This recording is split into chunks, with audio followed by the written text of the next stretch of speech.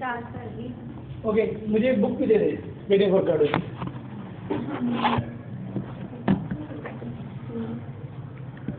Okay, started.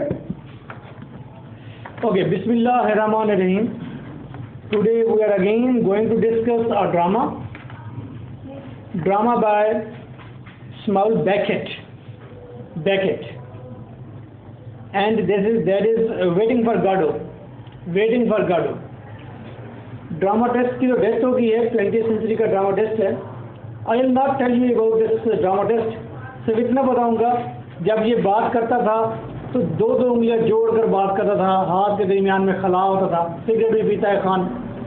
I will not give you detail what type of dramatist he is, because you are the modern reader, modern viewer, and he is the modern drama test.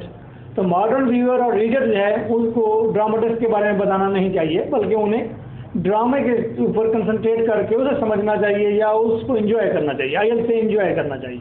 Okay, so first of all waiting for Godot, title है waiting for Godot. Waiting समझ आ रहा है, for के लिए, Godot लफ्ज है, Godot क्या गॉड ऑट नहीं, गॉडो। और ये लफ्ज जो है ये इन्वेंट भी बैकेट ने किया है और गॉडो की प्रोनाउंसिएशन भी बैकेट ने बताई है कि इसको गॉडो प्रोनाउंस करना है। बट ये गॉडो स्टैंड फॉर व्हाट, किसके लिए है गॉडो? गॉडो का मतलब may be that is resemblance there is with God, God के साथ, किसी देवता के साथ, खुदा के साथ उसकी रिजम्बलेंस में भी रखी गई है। गॉड से गॉडो बनाया गया, मे बी दैट कैन बी। ज़्यादा इशारा इसी तरफ जाता है, कुछ और भी हो सकता है इसका मतलब। हर रीडर का, हर व्यूअर का अपना परसेप्शन होगा, अपनी अंडरस्टैंडिंग होगी इस ड्रामा के बारे में, हर रीडर का अपना रिस्पांस होगा। That is clear. Okay, so first of all we are discussing about the characters of waiting for Godot. ये चार्ट आप देख रहे हैं,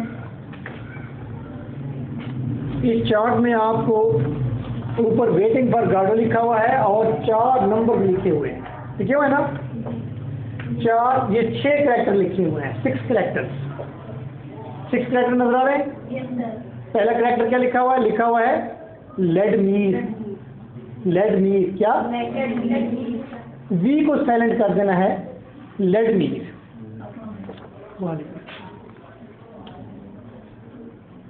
आ जाए, बैठ जाए थोड़ी देर अंदर, ऑफिस में बैठ, लाइट नहीं है, बैठ जाए। Okay, let me clear. Second character मिशाल, what here? Second character Estragon. Vladimir को डीडी भी कहते हैं, डीडी। लेडमीर को डीडी, लेडमीर पे डी आता है ना, उसी से डीडी बना दिया। एस्ट्रोगॉन के आखिर में जो जी है उसी को गोगो बना दिया गया है।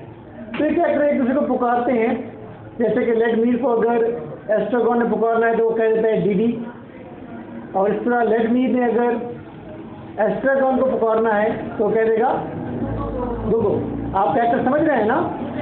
ये फर्स्ट ऑफ ऑल परसेप्शन बिल्कुल अपने जहन में बिठा देंगे, because I am going to open very easy on long debate.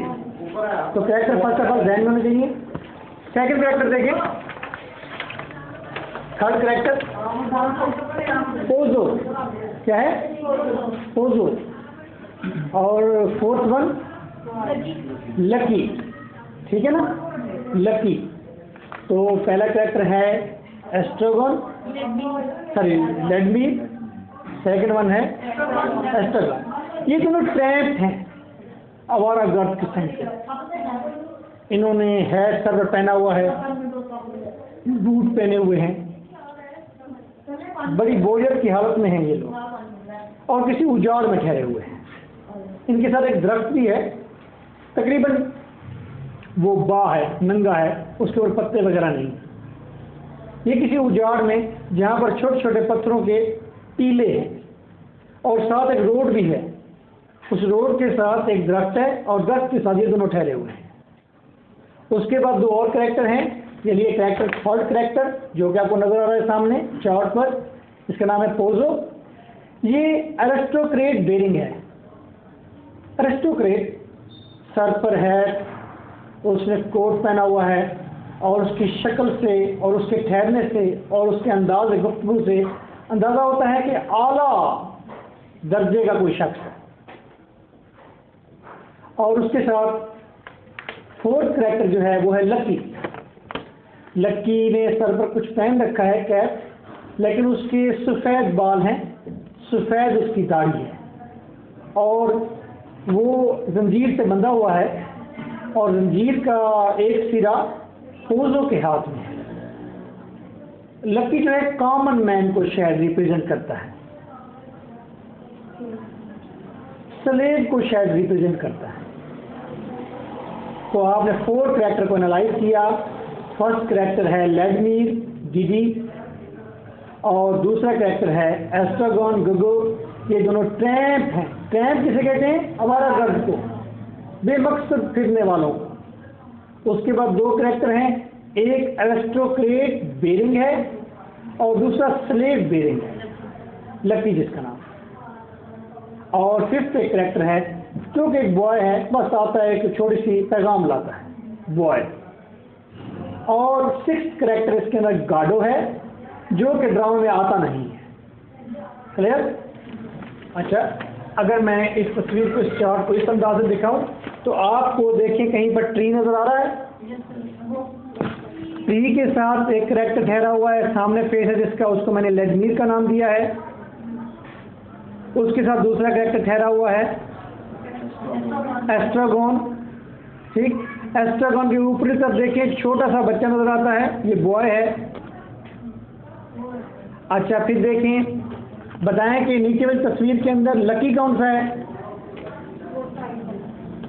जो झुका हुआ है, बेंड है, नजर आ रहा है बेंड? उसके बाल लंबे लंबे हैं, बेंड है। उसके गले से एक जंजीर जा रही है पट्टे के साथ, और जंजीर जिस शख्स के हाथ में है तस्वीर में वो क्या है? पोजो है।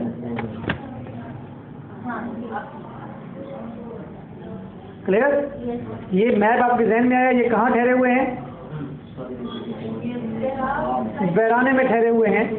छोटे छोटे पत्थर हैं, बड़े पत्थर हैं, छोटे टीले हैं, पहाड़ नुमा, वहाँ ठहरे हुए हैं। You will find in this picture, जो मैंने पिक्चर ड्रॉ की है, दैट इज क्वाइट वेग।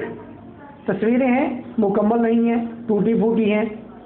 वीराना है, मुकम्मल वीराना नहीं है। पता नहीं चलता कि यहाँ पर ये वाकई कि यहाँ पर बड़े बड़े पत्थर हैं या छोटे पत्थर हैं या रेतले पत्थर हैं, क्या है यहाँ पर? दैट इज वेग। कलर कौन सा है? दैट इज वेग। दरख्त है, किस तरह का दरख्त है, कैसा दरख्त है, कौन सी चीज़ का दरख्त है, वेग, ये भी वेग है। Is it? तो ये चार्ट का काम खत्म हुआ। Okay, now I will tell you about the story. Drama जो ही स्टार्ट होता है, सबसे पहले व्लादिमीर और एस्ट्रागॉन को दिखाया जाता है जो कि एक उजाड़ में ठहरे हुए हैं। एस्ट्रागॉन के पाँव में स्वेलिंग है और वो अपने शू को उतारने की कोशिश कर रहा है, बूट को। उतरता नहीं है, बार बार कोशिश करता है, हाथ से बूट छूट जाता है, फिर कोशिश करता है, नहीं उतार पाता। व्लादिमीर को बुलाता है, फिर खड़े हो जाते हैं। फिर वो दुख का इजहार करता है कि मेरे पाँव को ये बूट सूट नहीं कर रहा, मेरा पाँव स्वेल हो गया है और मुझे ये तंग कर रहा है, मैं इसे उतारना चाहता हूँ। एट लास्ट वो कोशिश से उसे उतार ही देता है, और बूट जब उतारता है तो बूट परे जाकर गिरता है। वो उठता है, बूट को उठाता है, बूट के अंदर देखता है, बूट को उल्टा करता है और उसे थपथपाता है, फिर देखता है, फिर फेंकता है, फिर उठाता है। और इसी तरह व्लादिमीर आता है, उससे वेग किस्म की बातें करता है, छोटी छोटी, जैसा कि हम यहाँ ठहरे हुए हैं, हम यहाँ उसके इंतज़ार में ठहरे हुए हैं। किसके इंतज़ार में ठहरे हुए हैं? गार्डो के। क्या उसने यहीं आना था? याद नहीं। क्या उसने आज ही मिलने का वादा किया था? शायद आज किया था, या कल किया था, शायद परसों किया था। फिर वो व्लादिमीर अपना कैप उतारता है, हैट को उतार के उसका उल्टा करने से मारता है संसार, फिर सीधा करता है, उसे देखता है, फिर उल्टा करता है और अपने हैट को खाली नीचे की तरफ डालता है। व्लादिमीर और फिर इसी तरह जो एस्ट्रागॉन है वो भी अपने बूट को देखता है, फिर एक उसमें से सो जाता है, फिर दूसरा आके उसे झंझोड़ता है कि उठो। बोले क्यों? कह रहा मैं तन्हाई महसूस कर रहा हूँ। क्लियर? तन्हाई महसूस कर रहा हूँ। फिर दोनों एक दूसरे मिलते हैं और दोनों एक दूसरे के पीठ पीछे क्लैपिंग करते हैं। दोनों मिलते हैं और एक दूसरे की पीठ के पीछे क्लैपिंग करते हैं दोनों। फिर वो सोचते हैं कि हमें खुदकुशी कर लेनी चाहिए, हम फजूल में इंतजार कर रहे हैं।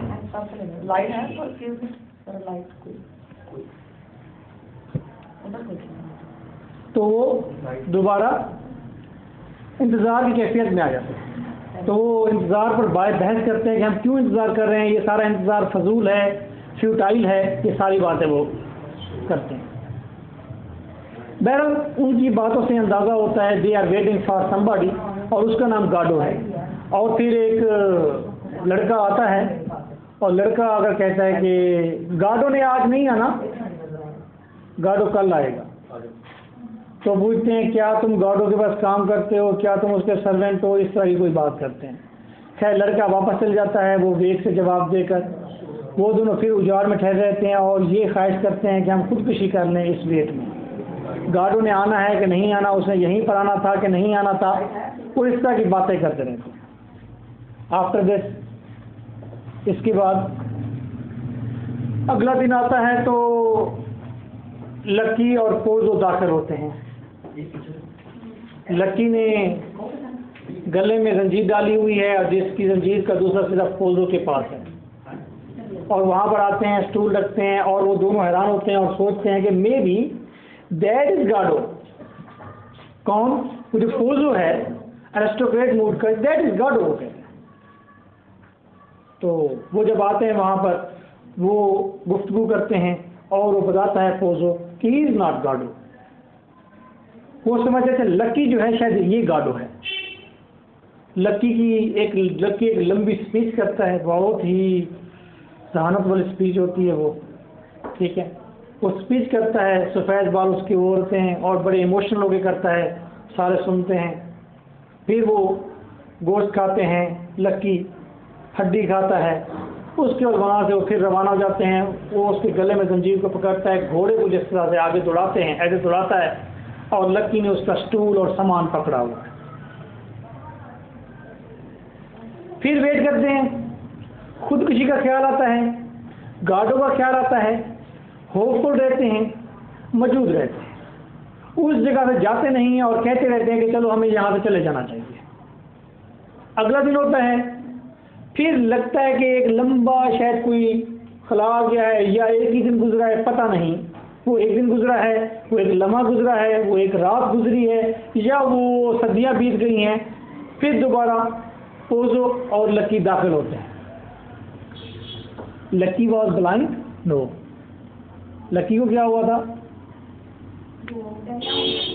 लक्की बहरा हो गया है। वो जो वाइट दाढ़ी वाला और वाइट बालों वाला गुलाम टाइप शख्स था वो बहरा हो गया है और पोजो ब्लाइंड हो गया है। तो दोबारा दाखिल होते हैं, गुफ्तगू करते हैं और चले जाते हैं। लड़का आता है, वो कहता है कि आज गाडो नहीं आएगा, गाडो कल आएगा। वो दोनों उसी जगह पर ठहरे रहते हैं और इंतज़ार करते हैं और फिर ड्रामा एंड हो जाता है। Clapping for this drama.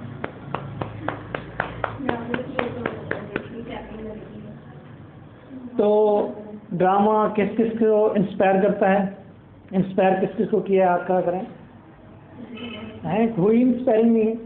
ये ड्रामा वाकई बहुत ही फजूल किस्म का ड्रामा है।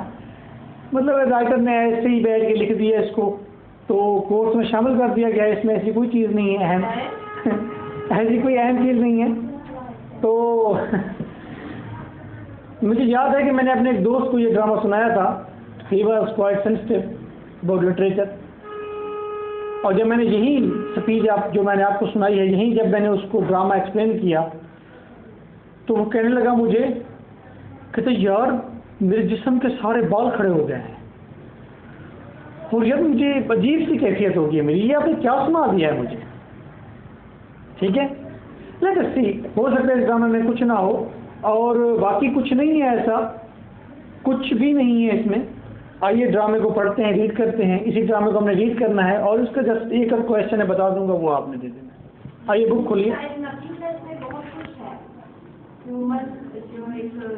जो चीज दिखाई गई है, जो बज़ाहिर नजर नहीं आ रही, वो कहीं महसूस बड़े डीपली होती है और वो वाकई आपके रोंगटे खड़े कर देती है। और जब वो कहते हैं खड़े होकर के हाँ जी गॉडो आ रहा है, तो वो हम उसके साथ शायद कहीं इमोशनली या मेंटली खड़े हो जाते हैं अपने दिमाग में कि ऐसा कौन आ रहा है, और हम सारा ड्रामे के साथ में चलते हैं दो कैरेक्टर के साथ। ऐसा लगता है हम भी उनको ही ठहरे हुए हैं और बहुत उनकी बात सुन रहे हैं। राइट,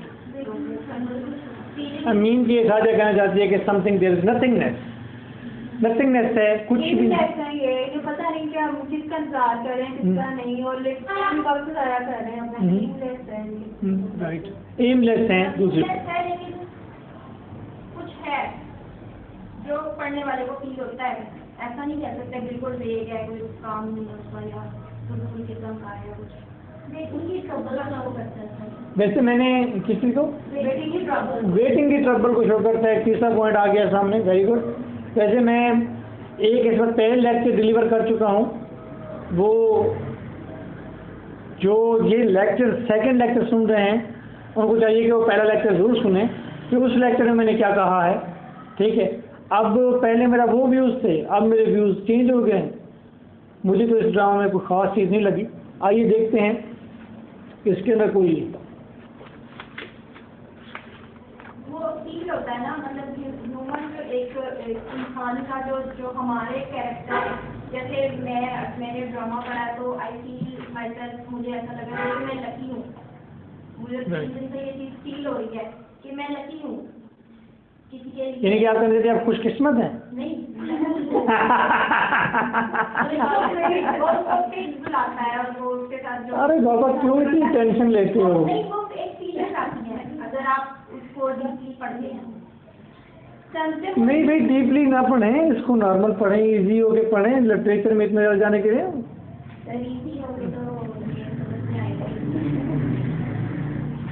चले जी, बुक खोलें, वेटिंग फॉर गार्डो की। तो वेटिंग फॉर गार्डो की बुक खोलने सबकी बात है। चलिए जी, ठीक होगी, आपकी बात सुनिए तो आप आगे। सर आपकी बात को थोड़ा सा बढ़ाते हुए मैं थोड़ी सी एक्सपर्टीज बता दूँ। हाँ, तो ये है कि ये पूरा ड्रामा बेसिकली बेस कर है हमारे प्रॉब्लम्स ऑफ एग्जिस्टेंशियलिज्म को, यानी ह्यूमन बीइंग्स की जो एग्जिस्टेंस है उसके जितनी प्रॉब्लम्स हैं उसको शेयर किया है राइटर ने। और लिडमर और एस्ट्रागोन का जो बेसिक कैरेक्टर्स है वो पूरे ह्यूमैनिटी को सिम्बलाइज कर रहे हैं, यानी कि वो ह्यूमन बीइंग्स को सिम्बलाइज कर रहे हैं वो दोनों। जैसे अभी सबने कहा कि वो कुछ भी कर रहे हैं तो वो वेग है, अननोन है। चलो ज़्यादा टेंशन ना लो, इजी हो जाओ, तो ड्रामा पढ़ लो, फिर बात करते हैं। बेटा बैठ जाओ आराम से पीछे।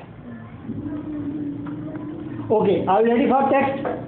टेक्स्ट के मैं 3 और 4 पेज पढ़ूंगा ताकि आपको ड्रामे की थोड़ी सी मिजाज का पता चल जाए कि ये ड्रामा किस अंदाज का है। ये मेरे पास बुक है और ये बुक कोई MKM की है कि फेमस वालों की है, और बुक का जो पेज नंबर मुझे दिया गया है वो है 76। ओके जी, आप लोग इधर सुनिएगा। सी, अ कंट्री रोड, यानी कि एक देहाती सड़क है, और ट्री, एक दरख्त है, इवनिंग, और शाम का वक्त है। सीन रिप्रेजेंट किया गया है 1 2 3 4 5 6 लफ्जों में सीन रिप्रेजेंट कर दिया गया है।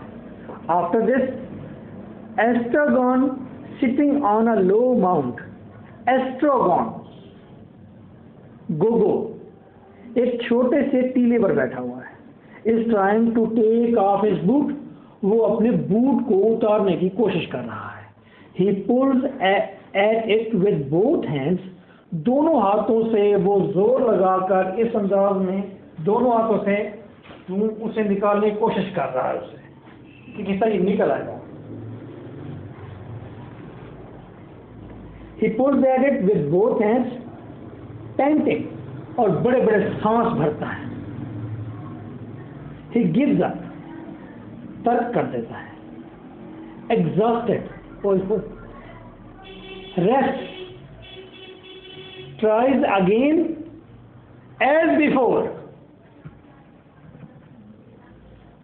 मैं इस दिलाग को पढ़ते हुए मेरे अंदर ऐसी बिजली कूद गई है, ऐसा एक करंट गूंज गया है कि मैं खुद एकदम से बर्दाश्त जैसे नहीं कर पा रहा इस बात को कि उसने क्या दिया है मुझे, उससे क्रिएट क्या कर दिया है। वो कहते हैं कि एस्ट्रोगॉन एक कैरेक्टर है, ट्रैप्ड है, रिप्रेजेंट करता है हर एक शख्स को। माउंट पर बैठा हुआ है, टीले पर बैठा हुआ है। There is only waste things as it is, जैसे प्रोड्यूस हुई है किसी देवता के हाथों, वैसी की वैसी मौजूद है। उसी के ऊपर बैठा हुआ छोटे टीले पर। कोई सरप्राइजिंग सीन नहीं है उसके अंदर, कोई बड़ी क्लिफ नहीं है, कोई गहरी खाई नहीं है, एक माउंट के ऊपर बैठा हुआ है। Is trying to take up his boot, अपने बूट को, सबसे लोअर, सबसे घटिया चीज जो कि हम उजाड़ में, कांटों में, वेस्ट में, हम हर जगह पर उसे पहने रखते हैं बूट को। और बूट का लफ्ज देखिए कितना एप्रोप्रिएट है कि बूट एक ऐसी चीज है जिसको बारिश में, कीचड़ में, हर जगह आप पहने जाएं उसे, और उसको क्या कर रहा है, उतारने की कोशिश कर रहा है। एस्ट्रोगॉन रिप्रेजेंट कर रहा है हर कॉमन मैन को, बैठा हुआ है फ्यूटाइल जगह पर, उतार रहा है सबसे घटिया चीज। ठीक, He pulls at it with both hands, और कोशिश देखें दोनों हाथों से। जब मैं यहाँ पर ठहरा तो आप समझे कि मैं जोकर हूँ, मैं बेवकूफ़ हूँ कि दोनों टांग इतनी ऊंची उठा के बोर्ड को उतारने की कोशिश कर रहा हूँ। But I want to show you the real expression what the character was doing, कि दोनों हाथों से पूरी कोशिश से बूट को उतारने की कोशिश कर रहा है। यानी कि उसके माइंड ऑफ माइंड सारा का सारा इसी के ऊपर है, वो बिल्कुल पूरी कंसंट्रेशन इसी पर करके बैठा हुआ है। अच्छा, पेंटिंग, और इस पर स्ट्रगल इतनी है कि वो हाँप रहा है, जोर से सांस ले रहा है। ही गिव्स अप, तर्क कर देता है, उस एक्टिविटी को छोड़ देता है। एग्जॉस्टेड, थक जाता है। रेस्ट, आराम करता है। ट्राइज अगेन, और दोबारा कोशिश करता है एज बिफोर, जैसे कि उसने पहले की।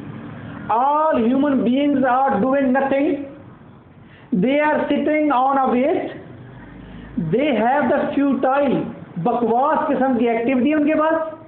वो एक्टिविटी क्या है, अपना ही बूट उतारने की कोशिश है उनकी। और जब वो थक जाते हैं, एग्जॉस्टेड हो जाते हैं, रेस्ट करते हैं, रात को सो जाते हैं, सुबह उठते हैं और दोबारा कोशिश करते हैं उसी चीज की, और वही एक्टिविटी करते हैं जो उन्होंने कल की थी। There is nothing new. Okay? No, I think you are getting. कुछ भी नहीं है ड्रामा में, ज़्यादा टेंशन नहीं लेंगे।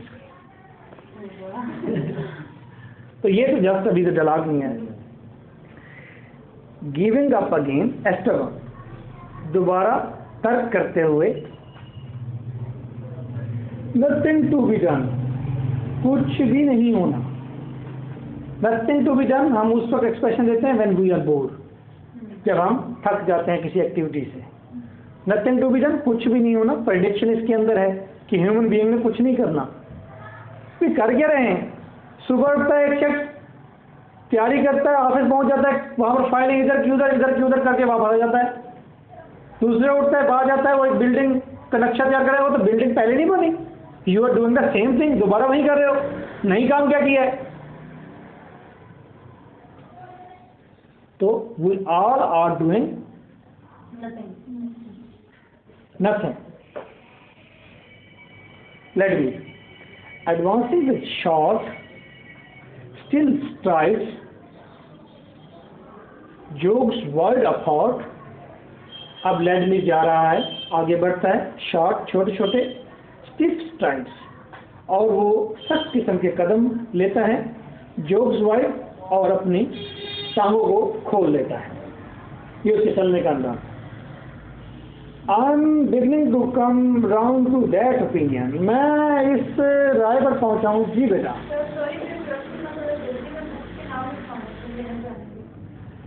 अब आप फोटो कॉपी शॉप से इंट्रो पार्ट 1 ले आइए।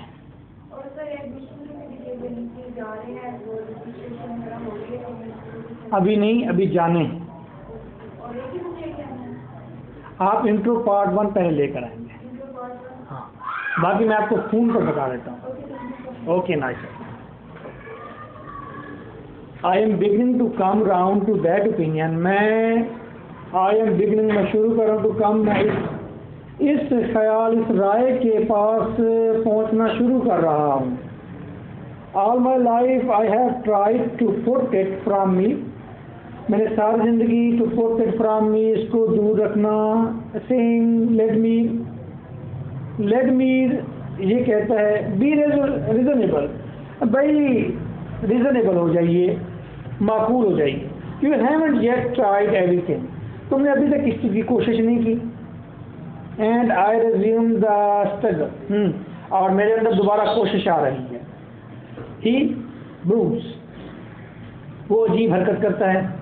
यूजिंग ऑन द स्ट्रगल, और कोशिश करते वक्त वो सोचना शुरू कर देता है। टर्निंग टू स्ट्रगल की तरफ जाता है। So there you are again. अच्छा, तो फिर तुम यहाँ हो। एक आदमी बैठा है, एस्ट्रागन उसका नाम है, वो अपने शू को उतारने की कोशिश कर रहा है। दूसरा उसका दोस्त है, पार्टनर है, वो साथ ठहरा हुआ है, वो आता है। तो ये सब एस्ट्रागन बैठा हुआ है। तो मैं शुरू करता हूँ, सोचने की बात कर रहा था मैं यहाँ से कि ऐसा नहीं होना चाहिए, माकूल होना चाहिए। और तुम यहाँ बैठे हो। उसके आने का अंदाज क्या है? जब वो आता है सीढ़ी, इस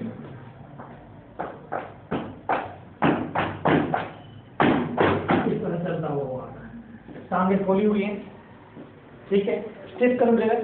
how he is looking really comical, मजाया लगता है बिल्कुल कि अजीबोगरीब। शायद ये कोई मजाया ड्रामा है जिसमें एक आदमी अगर मुश्किल में है, बूट उतारने की कोशिश कर रहा है, तो दूसरा उसको तवज्जो नहीं दे रहा, और फिर वो स्ट्रगल करता है, ऐसे जाने की कोशिश करता है, ऐसे फिर सोचने लग जाता है। ठीक, ये कॉमिकल सीन है मेरे ख्याल में, है? लेकिन देखा जाए तो हम सारे इंसान ऐसे ही तो कर रहे हैं, स्ट्रगल कर रहे हैं कि हमने ये काम करना है, करते करते फिर सोचना शुरू कर देते हैं। अच्छा फिर वो देखते हैं, अच्छा तुम यहाँ हो, क्या करते हैं हम सारे लोग? यही कुछ करते हैं, सारी जिंदगी हम यही कुछ करते हैं। सोच रहे हैं स्ट्रगल के दौरान, स्ट्रगल कर रहे हैं, हमारे लेग्स के दरमियान हमें पेन है, अजीबोगरीब पेन है, अजीबोगरीब जगह पर पेन है।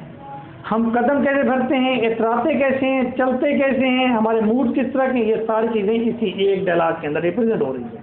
चलिए आगे बढ़ते हैं। वैसे टेंशन नहीं लेनी है, कुछ नहीं इसमें। जवाब दे रहा है स्ट्रगल, एम आई, क्या मैं? उसने कहा तुम यहाँ फिर दोबारा हो। एम आई, मैं, उसे पूछ रहा है। I am glad to see you back, तुम्हें वापस देखकर बड़ा खुश हुआ हूँ। I thought you were gone for ever, मैंने सोचा तुम हमेशा हमेशा के लिए शायद चले गए थे। मी टू, मैं भी।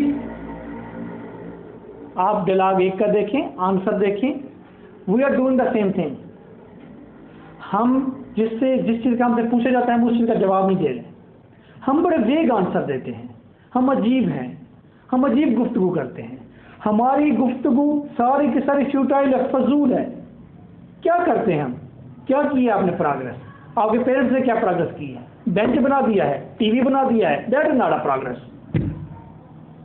ये तो कोई प्रोग्रेस ना हुई, ये तो सेम वही चीज़ दोबारा कर रहे हैं आप, सेम बार बार कर रहे हैं, बार बार उस चीज़ को रिपीट किए जा रहे हैं आप। अच्छा ओके, आगे जी। Together again at last we will have to celebrate this. अच्छा, दोबारा इकट्ठे हो गए हैं तो अब सेलिब्रेट करते हैं। अब ये एक और ह्यूमन नेचर बताइए उसने, जी ये यूएई गए थे वापस आओ सेलिब्रेट करें, ये जी घर से बाहर गए थे वापस आ गए तो खुश हो इसे देखकर, सेलिब्रेट करें आओ जी, तो वापस आ गए। बट हाउ, कैसे? ही रिफ्लेक्ट, सोचने लग जाता है। Get up still I embrace you, खड़े हो टिल आई एम्ब्रेस यू, जब तक कि मैं तुम्हें गले ना लगा लूँ। अपने दोस्त को कहता है खड़े हो जब मैं गले, ये मतलब लॉनलीनेस को शो करती है। Irritable, not now, not now. अब ये भी हमारा एटीट्यूड देखें, हम सारी जिंदगी ये मैंने फिलहाल से नहीं बोलना, मैंने ये अभी ये काम नहीं करना, नहीं नहीं नहीं नहीं। एक आदमी कहता है आओ गले लग लो, दूसरा कहता है नहीं नहीं मैंने नहीं लगना। ये हमारे टोटल लाइफ है।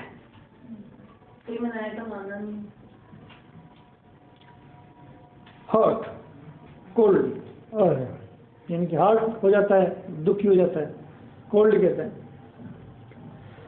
Milburn inquired where His Highness spent the night.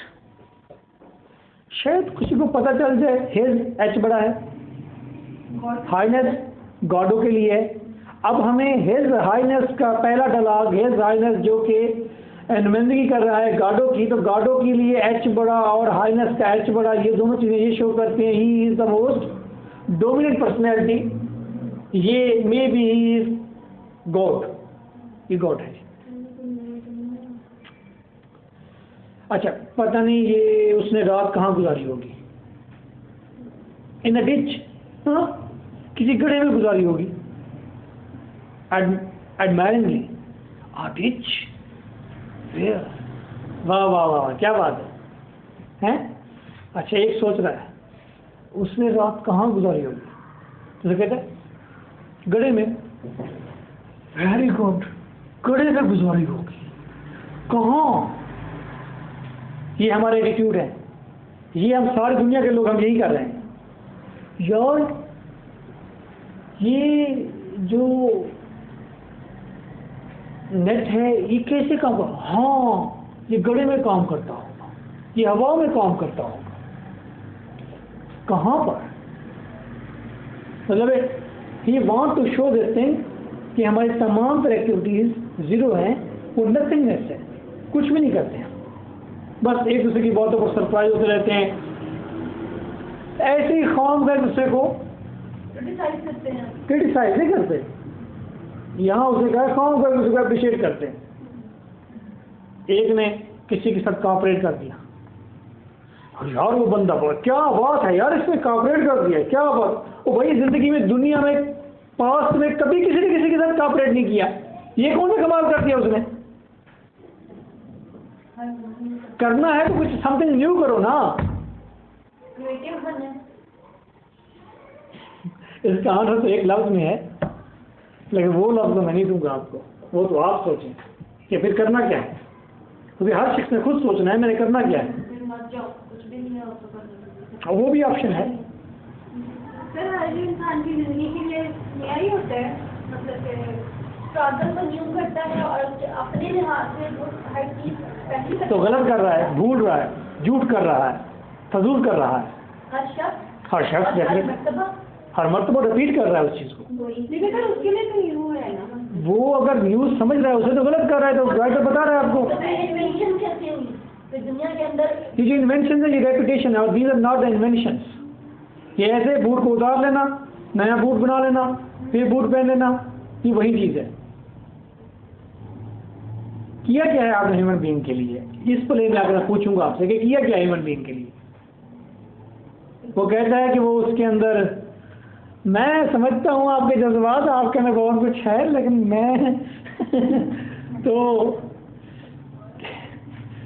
वो उसने एफए की बुक में कहा था फर्स्ट ईयर में, उसने कहा क्रिटन ने कहा था, क्रिटन ने एक प्ले के अंदर visit to a small planet, उसने कहा कि सूरज के आगे उड़ती हुई बेचारी तितलियाँ उड़ती हैं और मर जाती हैं।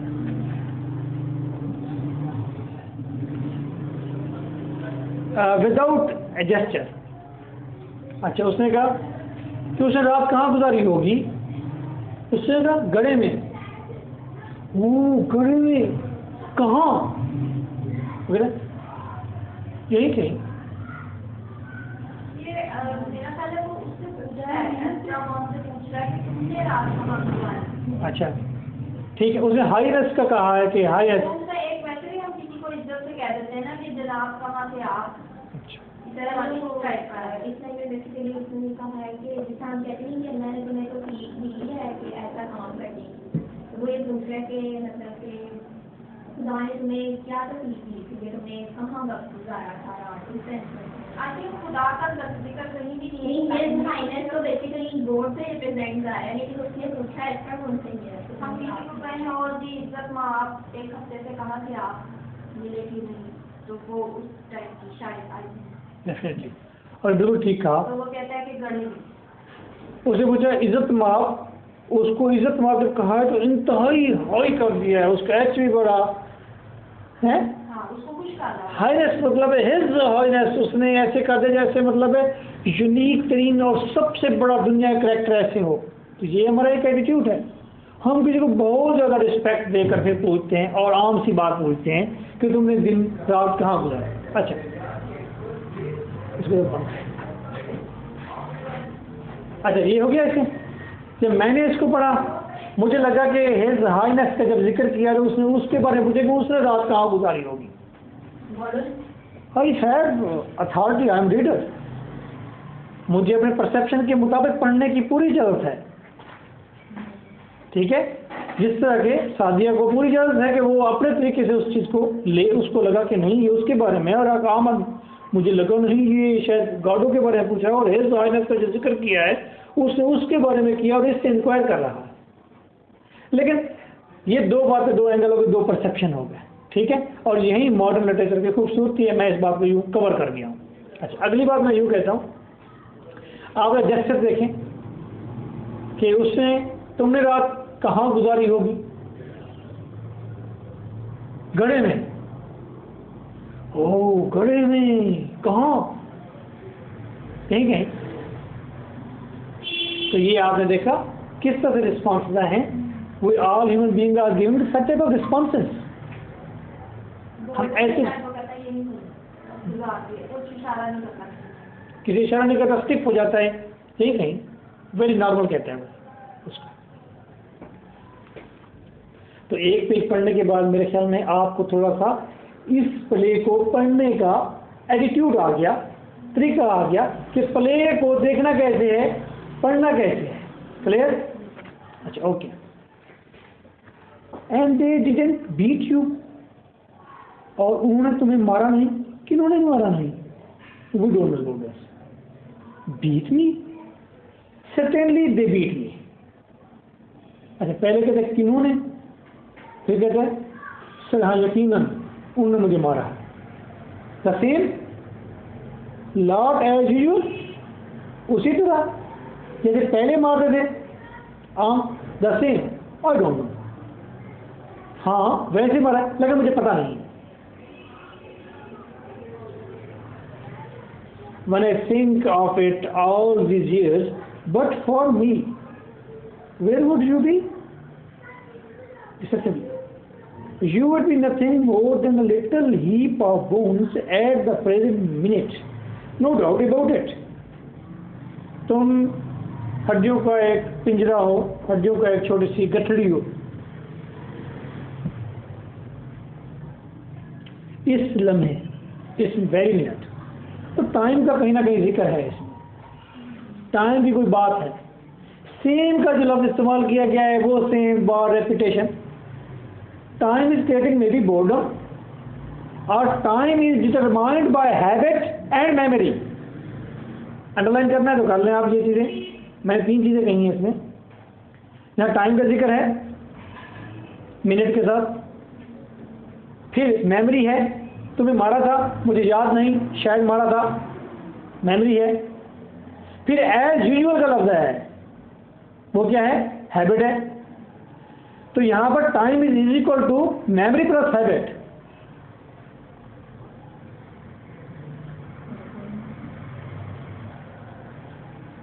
इंसान की सिचुएशन है, हम लोग ऐसा ही तो एक्सेप्ट कर रहे हैं। हम लोग उनके पास आए ना, हम लोग बुला रहे हैं, आप पास ना आने तो देखते हैं, हम पहचान कर लेते हैं, बड़ा क्या है हमारा बंदा ही ऐसा कर रहा है। दो चीजों पे इतना गौर कर रहे हैं, इतना सोच रहे हैं। मेरा कहना कि गाँव के अंदर भी रखते हैं कि वो कह रहे कि मैं गड़े में था, तो वो इतना वो कर रहे हैं कहाँ था गड़ा, ये वो, ये तो नॉर्मल सी चीज है। और देखिए कि हम जितने भी लोग यहाँ बैठे हुए हैं, इस ड्रामा से पहले अपने आप को महान समझ रहे हैं कि हम बड़ा कारनामा से अंजाम देने वाले हैं। और बेहद अफसोस है हम सब पर, बेहद अफसोस है हम सब पर कि हमने फजूल वही एक्टिविटी की जो पहले कर गए हैं। ये सारे फजूल हैं, तो कोई खास क्यों? वही की तो नहीं बतानी। जिस चीज को हम खास समझते हैं वो असल में खास होती है, ये सिर्फ हमारी समझ है। हाँ, ये बात भी खूबसूरत की है, जिसको हम खास समझ रहे हैं। एम इंग्लिश में मर जा रहे हैं, एम इंग्लिश लिटरेचर हो जाए, पास हो जाए, डिग्री मिल जाए, बस लेक्चरशिप मिल जाए, but what you will do with it? वो बाहर सब्जी वाला बैठा देखता होगा, पागल है, लड़कियां रोज पढ़ने आ जाती हैं। और हमें सब्जी वाला पागल लगता है कि बेवकूफ़ पर रोजाना बेचने आ जाता है। हाँ, तो जो चीज़ हमारे लिए अहम है जरूरी है, और लेने वाला भी बेवकूफ़ लगता है सब्जी वाले को कि रोजाना ये सब्जी लेने आ जाते हैं। आज जंगल में क्यों नहीं निकल गया फ्रूट खाने के लिए? फ्रूट खाने के लिए जाएगा तो वो कहेंगे अच्छा जी ये भी फ्रूट खाने आ गए, पहले थोड़े आगे फ्रूट खा के चले गए हैं। पहले इंसान फ्रूट ही खाता था जंगलों में आके, ये फिर बेवकूफ़ी कर रहे हैं कहीं वाली। तो इसी ड्रामे से तो ये निकालना है कि करना क्या है। नहीं, वो की नहीं बतानी। तो हर शख्स को अपने परसेप्शन खुद बनाने हैं कि उन्हें करना क्या है, समथिंग अनयूजुअल कैसे करना है। मीनिंग रखने से अपने मीनिंग अपने खुद ढूंढना। गुड, अपने मीनिंग खुद ढूंढने हैं, ये भी मीनिंगलेस में से, लेकिन वो मीनिंग क्या होंगे। मैं तो एक अपने परसेप्शन से अपने एक नतीजे पर पहुंचा था, आप लोग पता नहीं किस नतीजे पर पहुंचते हैं। वो सबसे अलग ही होंगे मे बी, और मे बी सारे फिर उसी नुक्ते पर इकट्ठे हो जाएं।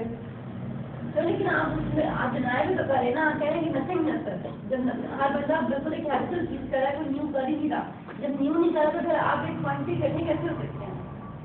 वो न्यू चीज़ जो माइंड में आएगी, न्यू चीज़, उस पर सारे इकट्ठे होंगे। मिसाल को मिला ना ओके, ऐसे कर। एंड व्हाट ऑफ इट, क्या है व्हाट ऑफ इट? ओके, बुलंदी बिल्कुल दुखी है। It's too much for me, for one man. Pause carefully, और बड़े खुशी के साथ वो चुप कर जाता है। On the other hand, what's the good of losing heart now? दिल को खोना कैसा है? दैट्स व्हाट आई से। बस मैंने ये कहना है, we should have thought of it a million years ago. हमने मिलियन ईयर्स अगो ये चीज़ें सोचनी चाहिए थी। इन द 19th, फिर टाइम का डिफरेंस देखें, मिलियन ईयर्स अगो इन 19वीं सदी में, मिलियन ईयर्स अगो। तो ये टाइम का एक क्लैश है। At the same time time का एक नया व्यू है कि there is no past, there is no future. Time is all the time, time is same.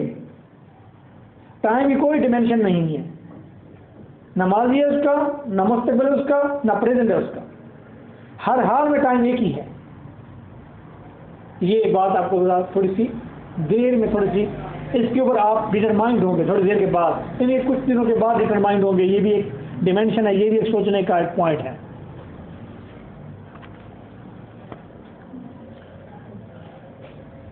Taking off my boot, taking off my boot, did that never happen to you? अपने boot को उतारते हुए कि ये पहले कभी नहीं हुआ तुम्हारे साथ? अब ऐसा करके मुझसे पूछे क्या तुम्हारे साथ भी बूट का इस तरह का होना? Boots must be taken of every day. I am boots must be taken of every day. Boots को हर रोज उतारना चाहिए। I am tired telling you that, थक गया हूँ ये बताते बताते। Why don't you listen to me? सुनते क्यों नहीं मेरी? Help me. Feebly, हल्की आवाज में help me. साथ बैठा हुआ है, वो कहता है help me, कहते नहीं feebly help me. उसे कहते हैं। वो उसे कह रहा है यार तुम दोबारा बोल रहे हो, हेल्प मी, वो से यू कहते हैं इट हर्ट्स, अरे दिल दुखा देती है ये बात। क्या वो कहता है इट हर्ट्स, क्या ये तुम्हें दुखाता है? वो कह रहा है हेल्प मी, क्या ये तुम्हें दुखाता है? वो से यू पूछ तो hurts, he wants to know if it hurts. लो जी ये जनाब जानना चाहते हैं अगर ये हर्ट करता है। कितनी फजूल किस्म की सारी टेक्स्ट है ना, बेवकूफ़ों वाली, कोई डायलॉग भी नहीं, कोई काम का ना कोट है ना कोई अच्छी बात की है इसने, ड्रामा जैसे लिख दिया। ऐसे ड्रामे कई लिख दे टाइगरा। Angel, no one ever suffers but you, I don't count, I would like to hear what you would say if you had what I have. मैं सुनना चाहता हूँ कि जो मुझे तकलीफ है वो तुम्हें भी हो तो फिर कैसा लगेगा, क्या क्या इस तरह की बात की उसने। मुझे इस डिलाग की समझ नहीं है, आपको इस डिलाग की पूरी समझ आ गई?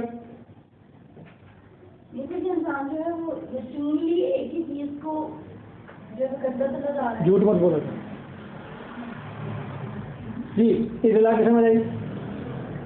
इसलिए कि मुझे तो खास समझ नहीं आई। वो शायद ये कह रहा है कि हर कोई ये समझता है कि बस वो तकलीफ। ओके लेट्स इट हर्ट्स, क्या तकलीफ देती है?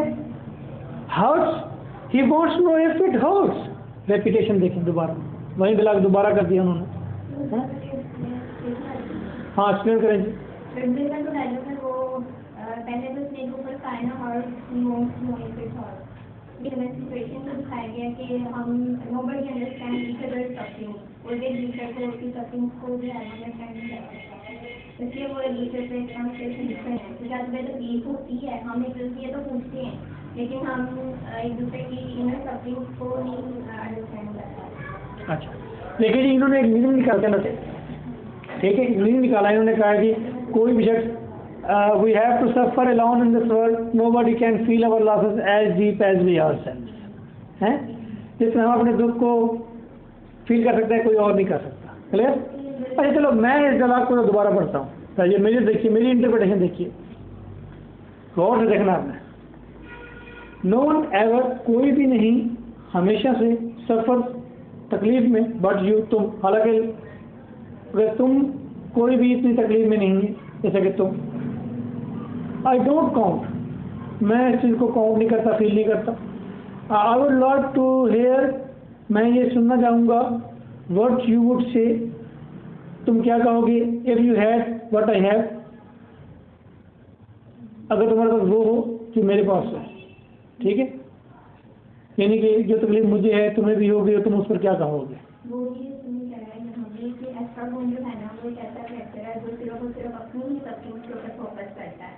तो उसने ऐसे ह्यूमन बीइंग्स को दिखाया एस्ट्रागोन के जरिए जो सिर्फ और सिर्फ अपनी ही सफरिंग्स पे होते हैं कि हाय हमें ये हो गया, हमें ये हो गया। लेकिन एडमिट का जो फैक्टर है वो ओवरऑल ह्यूमन बीइंग्स की सफरिंग्स को रिप्रेजेंट कर रहा है और वो सोल्यूशन ढूंढना चाह रहा है तमाम ह्यूमैनिटी की प्रॉब्लम्स का।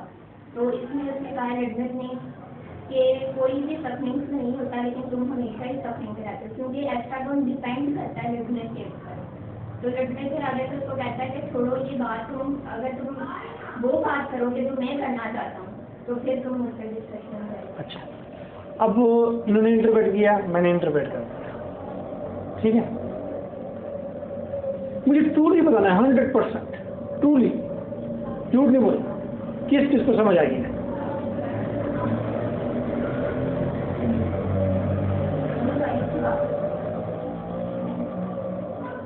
आगे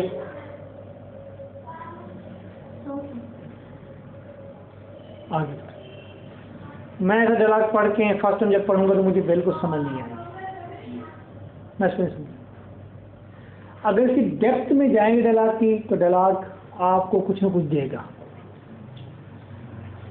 अगर आप डायलॉग की डेप्थ में जाएंगे तो डायलॉग आपको कुछ ना कुछ देगा।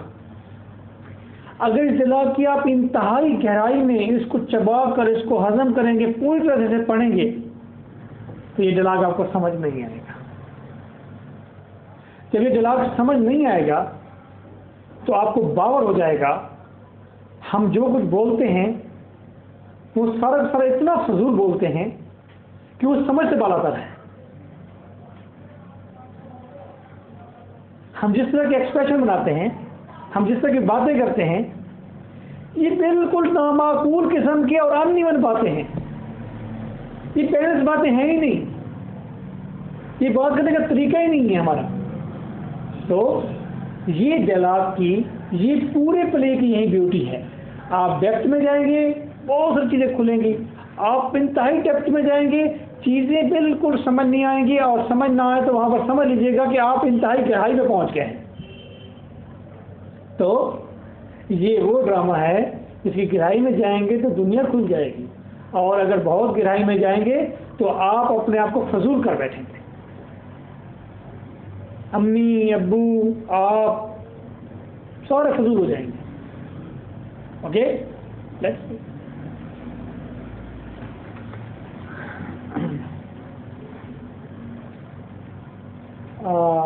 hurts. He wants to know if it hurts. What? You might button it all the same. You might button it all the same. अच्छा, व्हाट्सएवर जो भी कहा यहाँ पर बुक पर लिखा हुआ, ये नेकेडनेस ऑफ ह्यूमन बीइंग है। Okay, let me stop it. True. The buttons is fly. Never neglect the little things of life. What do you expect? You always wait till the last moment. Usually, the last moment, he make it. Hope deferred, make it. The something sick who said that. Okay. तो ये dialogues हैं, आप continue करेंगे। आइए मैं आपको episode 2, जिसके बाद ये लेक्चर आज का जो रिकॉर्डेड हो रहा है, ये लेक्चर आपने सुनना है घर में, लेकिन इससे पहले एक और लेक्चर भी है जो मेरा डिलीवर्ड है। तो पहले वो लेक्चर सुन लेना है, बहुत सारी चीज़ें वाज़ेह हो जाएंगी, और उसके बाद फिर ये लेक्चर सुनना है। इस लेक्चर में अब मज़ीद क्या चीज़ें हैं, अब मैं थोड़ा सा इसके ड्रामे के कुछ पहलू पर जा रहा हूँ।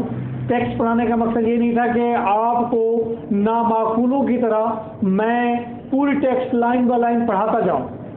ये बेवकूफ़ी होगी टीचर की भी, और स्टूडेंट भी वो बेवकूफ़ होगा जो ये एक्सपेक्ट कर रहा होगा। ठीक है? No no, you have to sit. Sir वो टाइम खत्म हो गया होगा, मैं दोबारा। Okay, comment. तो now I am going to tell you about the drama. अब मैं ड्रामा के बारे में, ड्रामा के कुछ एक्सपेक्ट बताने जा रहा हूँ। तो फर्स्ट ऑफ ऑल, रिकॉर्डिंग में जो रिकॉर्डिंग सुन रहे हैं जो लोग, वो एक बॉल पेन और एक रजिस्टर निकाल लें, और जो लोग मैं लिखवा रहा हूँ, मैं आपको 7 पॉइंट लिखवाऊंगा यहाँ पर।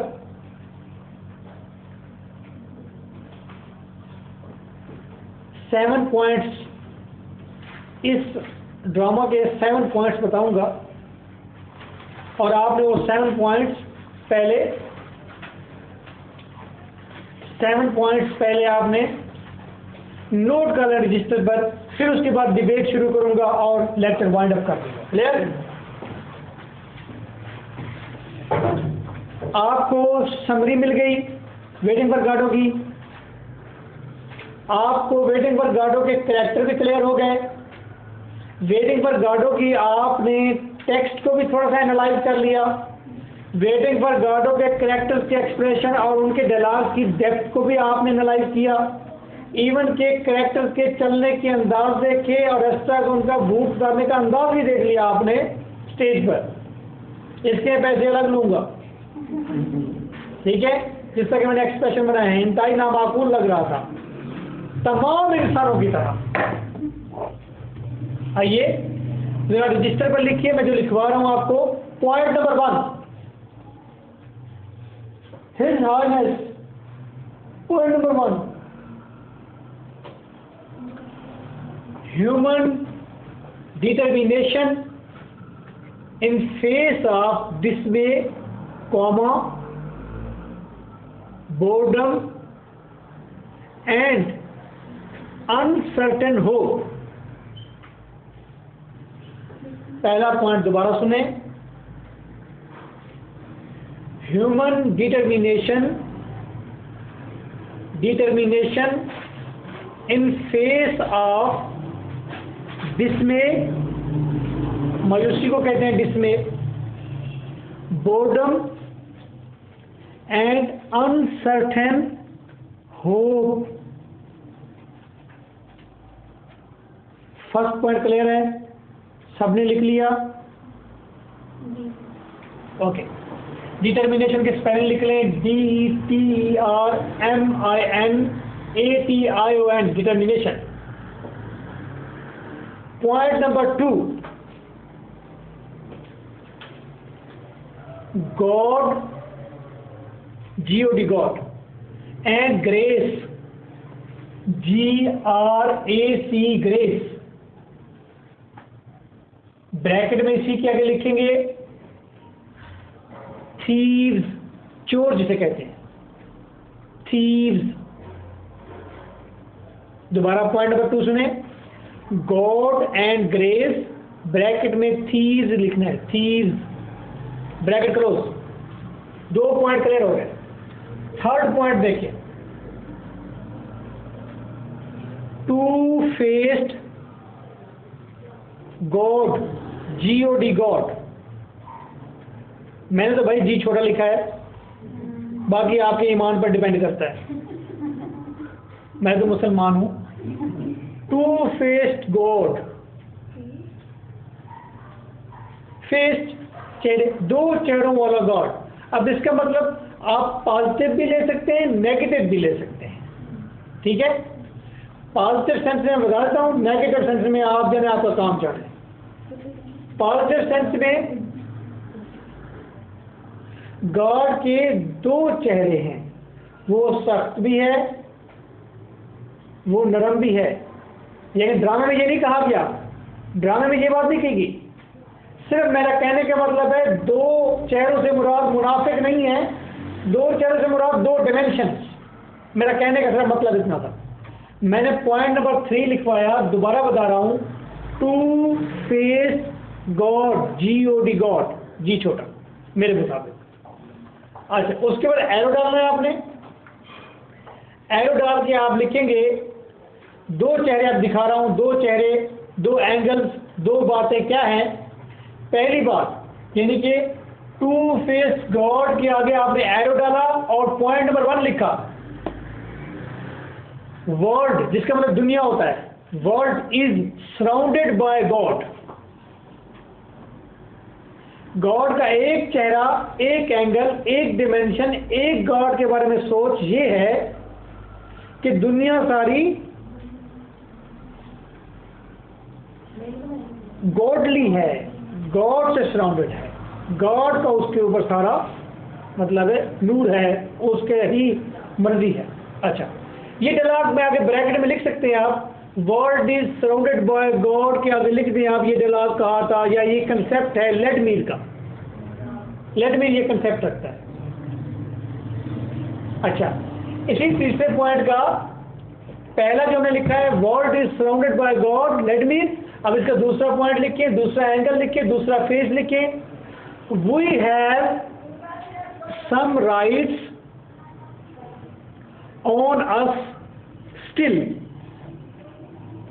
हमारे अपने ऊपर अभी भी कुछ इख्तियारात हैं। सारे इख्तियारात हमारे गॉड के पास नहीं है, हमारे अपने पास भी हमारे ऊपर इख्तियारात हैं। ये 2 एंगल हैं, ठीक है? तो यानी कि पहले पॉइंट में कुछ बात, पहला पॉइंट जो है वो लेडमीर ने कहा था, दूसरा जो पॉइंट है वो एस्ट्रोगॉन, ब्रैकेट में लिख सकते हैं। मैं पॉइंट नंबर 3 एक बार रीडिंग कर रहा हूं, दोबारा कोई चीज रह गई है तो रिकॉर्डिंग सुनने वाले लिख लें। Point 3, to face God, arrow, point 1, world is surrounded by God, bracket में let me, 2, we have some rights on us still, Estragon bracket में। अब तक मैंने आपको 3 मेन पॉइंट्स बता दिए। अब मैं 4th पॉइंट पर जा रहा हूं, वेटिंग फॉर गॉडो के ड्रामा के हवाले से। अटैक ऑन लिखें, अटैक ऑन, हमला करना, अटैक ऑन, आगे एरो डालें, एरो के आगे लिखिए टाइम, TIME वक्त, टाइम इज इक्वल टू बराबर का निशान हैबिट प्लस मेमोरी।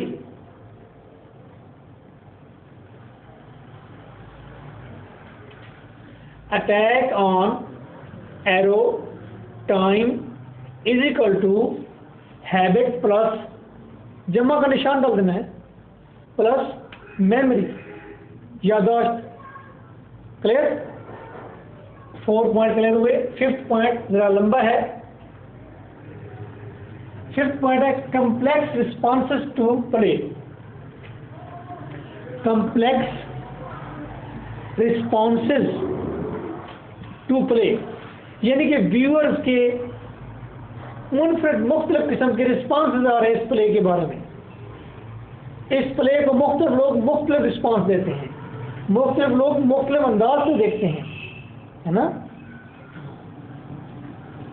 अच्छा जी, इज इक्वल टू, दोबारा सुने, complex responses to play is equal to, अब क्या क्या कम्प्लेक्स रिस्पॉन्सेस आते हैं? फास्ट, FARCE, फास्ट, भांड मज़ाहिया कहते हैं इसे। Comma, comedy, comma, existentialist play, existentialist play, existentialist play. Spell देखें, EXISTENTIALIST, existentialist play, comma, absurd play, ABSURD, ABSURD, absurd play, comma, strange mood and situations, comma, strange moods and situations, comma, modern morality, modern morality, modern morality, comma, tragic dramatization, tragic dramatization of boredom, tragic dramatization of boredom, boredom बोरियत से,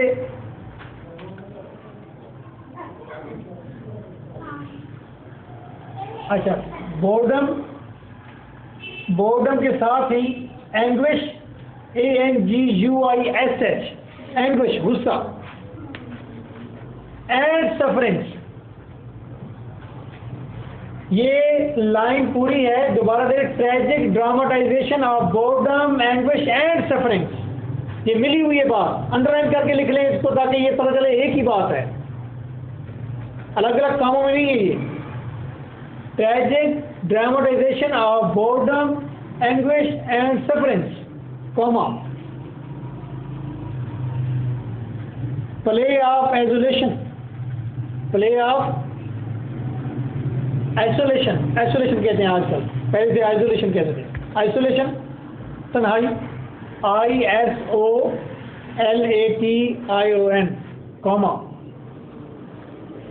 religious play, comma, vigor, vigor, VAGUER, vigor, comma, play of uncertainty, play of uncertainty, गैर यकीनी कैफियत का ये drama है। Okay, point number 5 को मैं अब जरा मुसलसल पढ़ रहा हूँ, जिसने करेक्शन करनी है कर लेगा अपनी।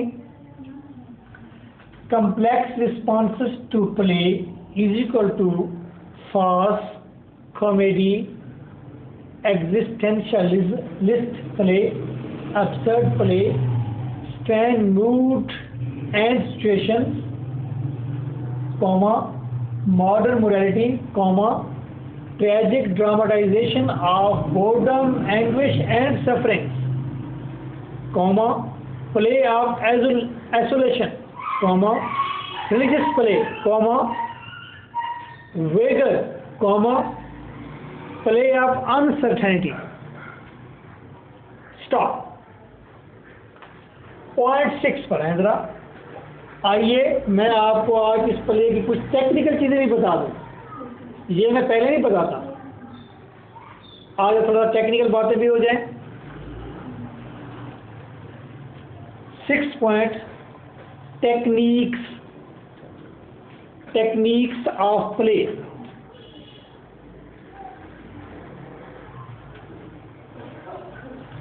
अगर आपको क्वेश्चन आ जाए ना कि बैकेट एज अ ड्रामाटिस्ट, तो 6 पॉइंट ही काफ़ी है। क्लियर? टेक्निक में पहले देखें, original in tone, comma, ancient in appeal, ancient कदीम, ancient in appeal, comma, ANCIENT, ancient, fragmentary, टुकड़े टुकड़े, fragmentary, comma, blurring, BLURRING, blurring, comma, private feelings which are incommunicable in direct terms। ये एक ही बात है, दोबारा आराम से लिखें इसे। मैं दोबारा शुरू से पढ़ रहा हूँ। private feelings which are incommunicable, INCOMMUNICABLE,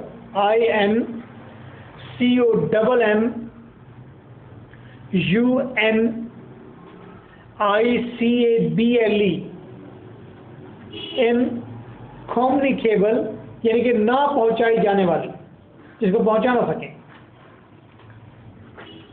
in direct terms,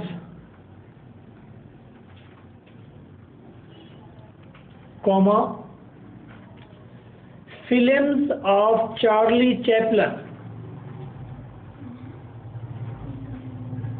films of Charlie Chaplin,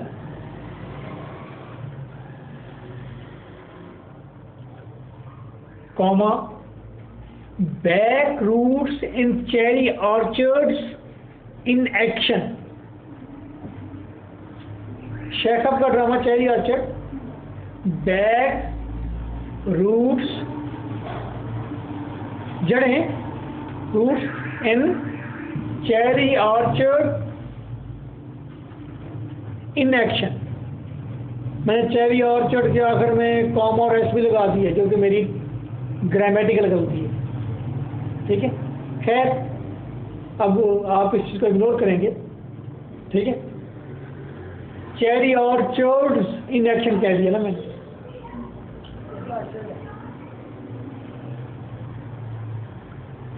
okay, comma, absurdist literature, ABSURDIST, absurdist।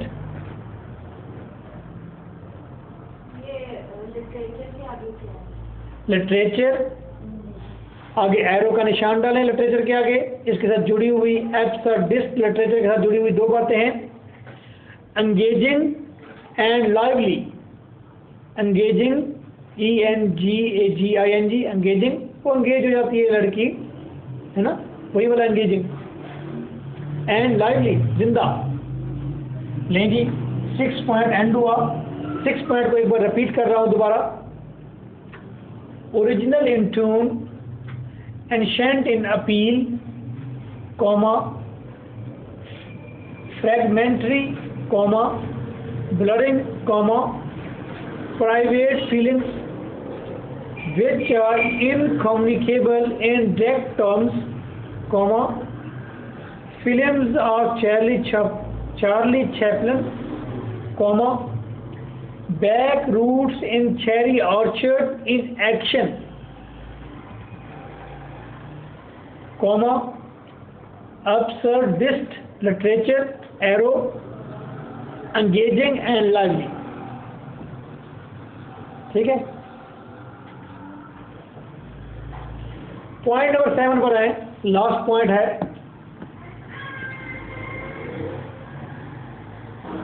और हमारे पास 20 मिनट है अभी। Paradoxical qualities.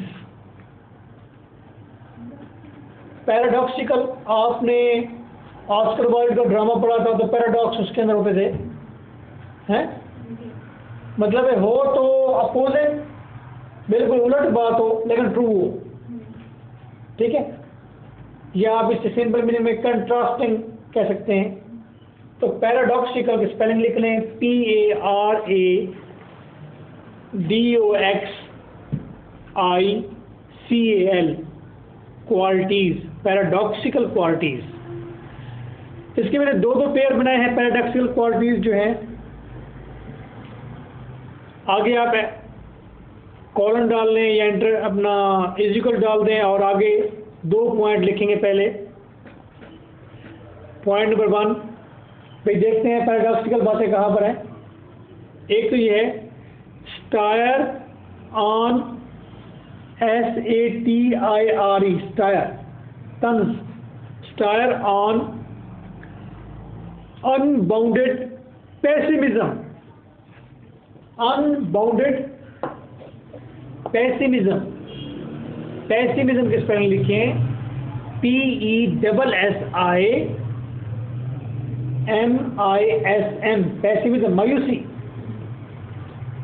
और इसी के साथ जुड़ी हुई दूसरी बात पैराडॉक्सिकल क्या है, पॉइंट 2,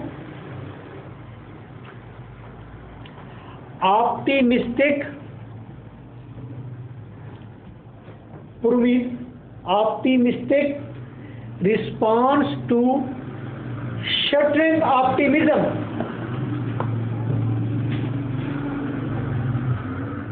दोबारा सुने, optimistic response to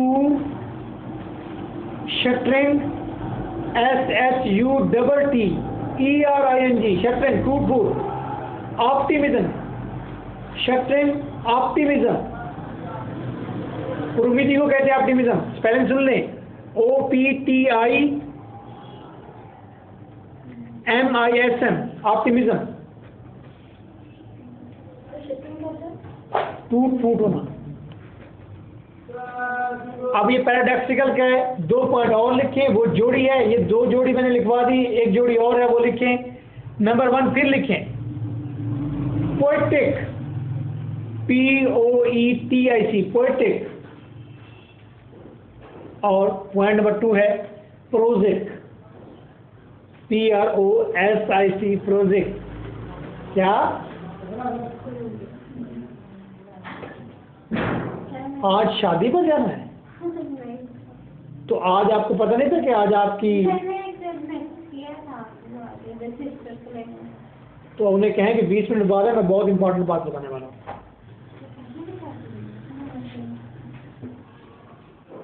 okay, project. तो मैं पॉइंट नंबर 7 को दोबारा पढ़ रहा हूँ।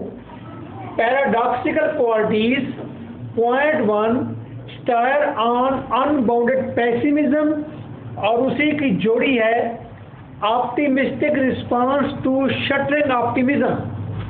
फिर मैंने एक और चीज लिखी, नंबर 1 पोएटिक, शायराना, और उसी की जोड़ी बनाई है प्रोजिक, नसर वाली, PROSIC, प्रोजिक।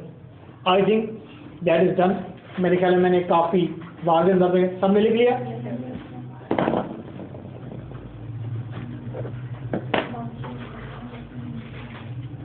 मुंह अपनी जगह पर ले आऊं तो फिर दोबारा बताऊं।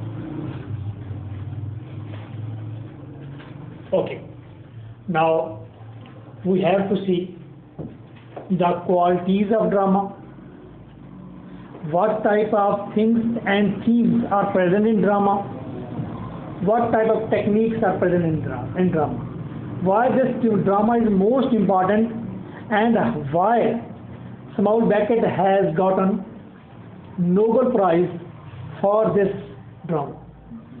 ओके ये ड्रामा जिसको शुरू में बताया था और आपने कहा था कि इसमें कोई अट्रैक्शन नहीं है, तो उसको इसके ऊपर नोबेल प्राइज मिला था। ओके, आइए इसके अंदर क्या क्या बातें हो सकती हैं। ठीक, आइए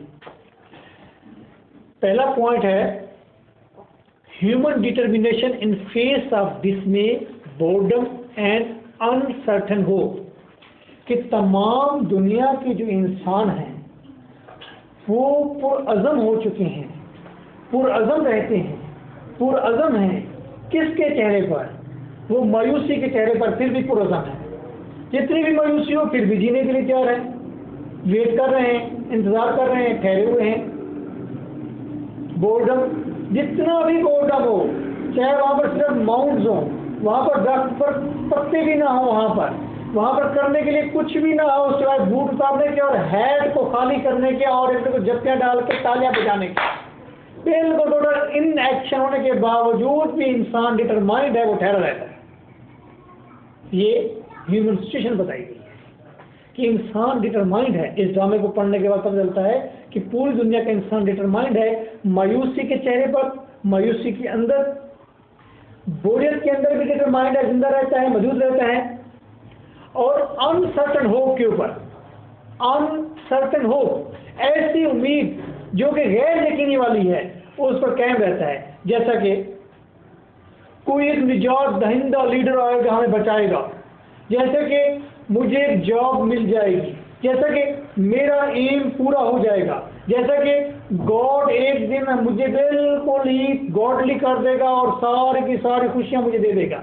these are hopes but uncertain hopes, we are not sure. लेकिन इस अनसर्टन होप को हमें छोड़ने के बजाय इंसान इसके ऊपर डिटरमाइंड ठहरा हुआ है। एक ये कंसेप्ट इसमें डिलीवर किया गया। Point number 2, God and grace bracket में थी इसका कि God stand for God and God stand for grace, रहमत, और रहमत से मुराद साल्वेशन, निजात, आखिरत की निजात, गुनाहों से निजात, दुखों से निजात, बीमारी से निजात, बेरोजगारी से निजात, तमाम चीज़ें इसमें। तो इसके कैसे पता चला कि ये चीज़ मौजूद है? इस ड्रामे में एक जगह पर थीव्स का कंसेप्ट आएगा जिसमें ये बताया जाएगा कि हज़रत ईसा अलैहिस्सलाम जब वो मतलब है उनकी जब उन्हें सूली पर लटकाया जाना था, तो उस वक्त 2 चोर उनके सामने आ गए और फिर एक कैरेक्टर कहता है उसमें से एक चोर बच गया था, एक चोर को पनिशमेंट दी गई। ये कहानी क्या है? ये कहानी क्लियर है? नहीं है। कहानी में सिर्फ इतना पता चला है कि 2 चोर थे, एक तरफ ईसा था और एक चोर की बख्शिश हो गई, एक चोर पनिशमेंट हो गई। तो इसका मतलब है यहाँ पर 50-50 के फिर चांसेस आ गए कि भाई चलो आधे को तो ग्रेस मिली ना, एक को ग्रेस मिली, एक को पनिशमेंट मिली। अच्छा, दोनों चोर थे, एक को रहमत मिल गई, दूसरे को पनिशमेंट मिल गई, जहन्नम मिल गई। ठीक है, 2 चोर थे, दोनों चोर। जस्टिस का भी तकाजा हो सकता है, दोनों चोर थे तो एक क्यों बख्शा गया, एक क्यों रह गया? अच्छा चलो इस बात को छोड़, एक और सवाल उठ गया, दोनों चोर हैं। अच्छा, इसका मतलब there is something problem in our nature, कि नेचुरली तमाम ह्यूमन बीइंग चोर ही हैं, अगली ही हैं, सिनर्स ही हैं। सिनर से बात दोबारा शुरू करूंगा अज़ान के बाद।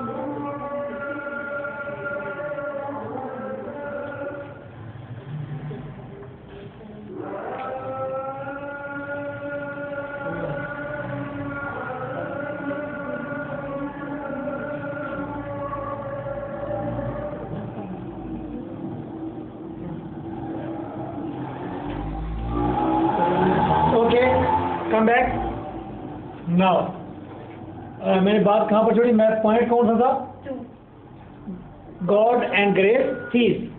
इसका मतलब है इंसान बाय नेचर गलती करता है, इंसान बाय नेचर गलत है, इंसान के खमीर में गलती है, चोर है, चोर सिंबलाइज करता है गलती को। इसका मतलब है इंसान है ही गलत, इसका मतलब इंसान की पैदाइश गलत हो गई है, इसका मतलब इंसान इस यूनिवर्स के प्लान में ही नहीं था, गलती से आ गया। तो problem is the problem of existence, problem पैदाइश की है हमारी, प्रॉब्लम ऑफ द एग्जिस्टेंशियलिज्म है ये।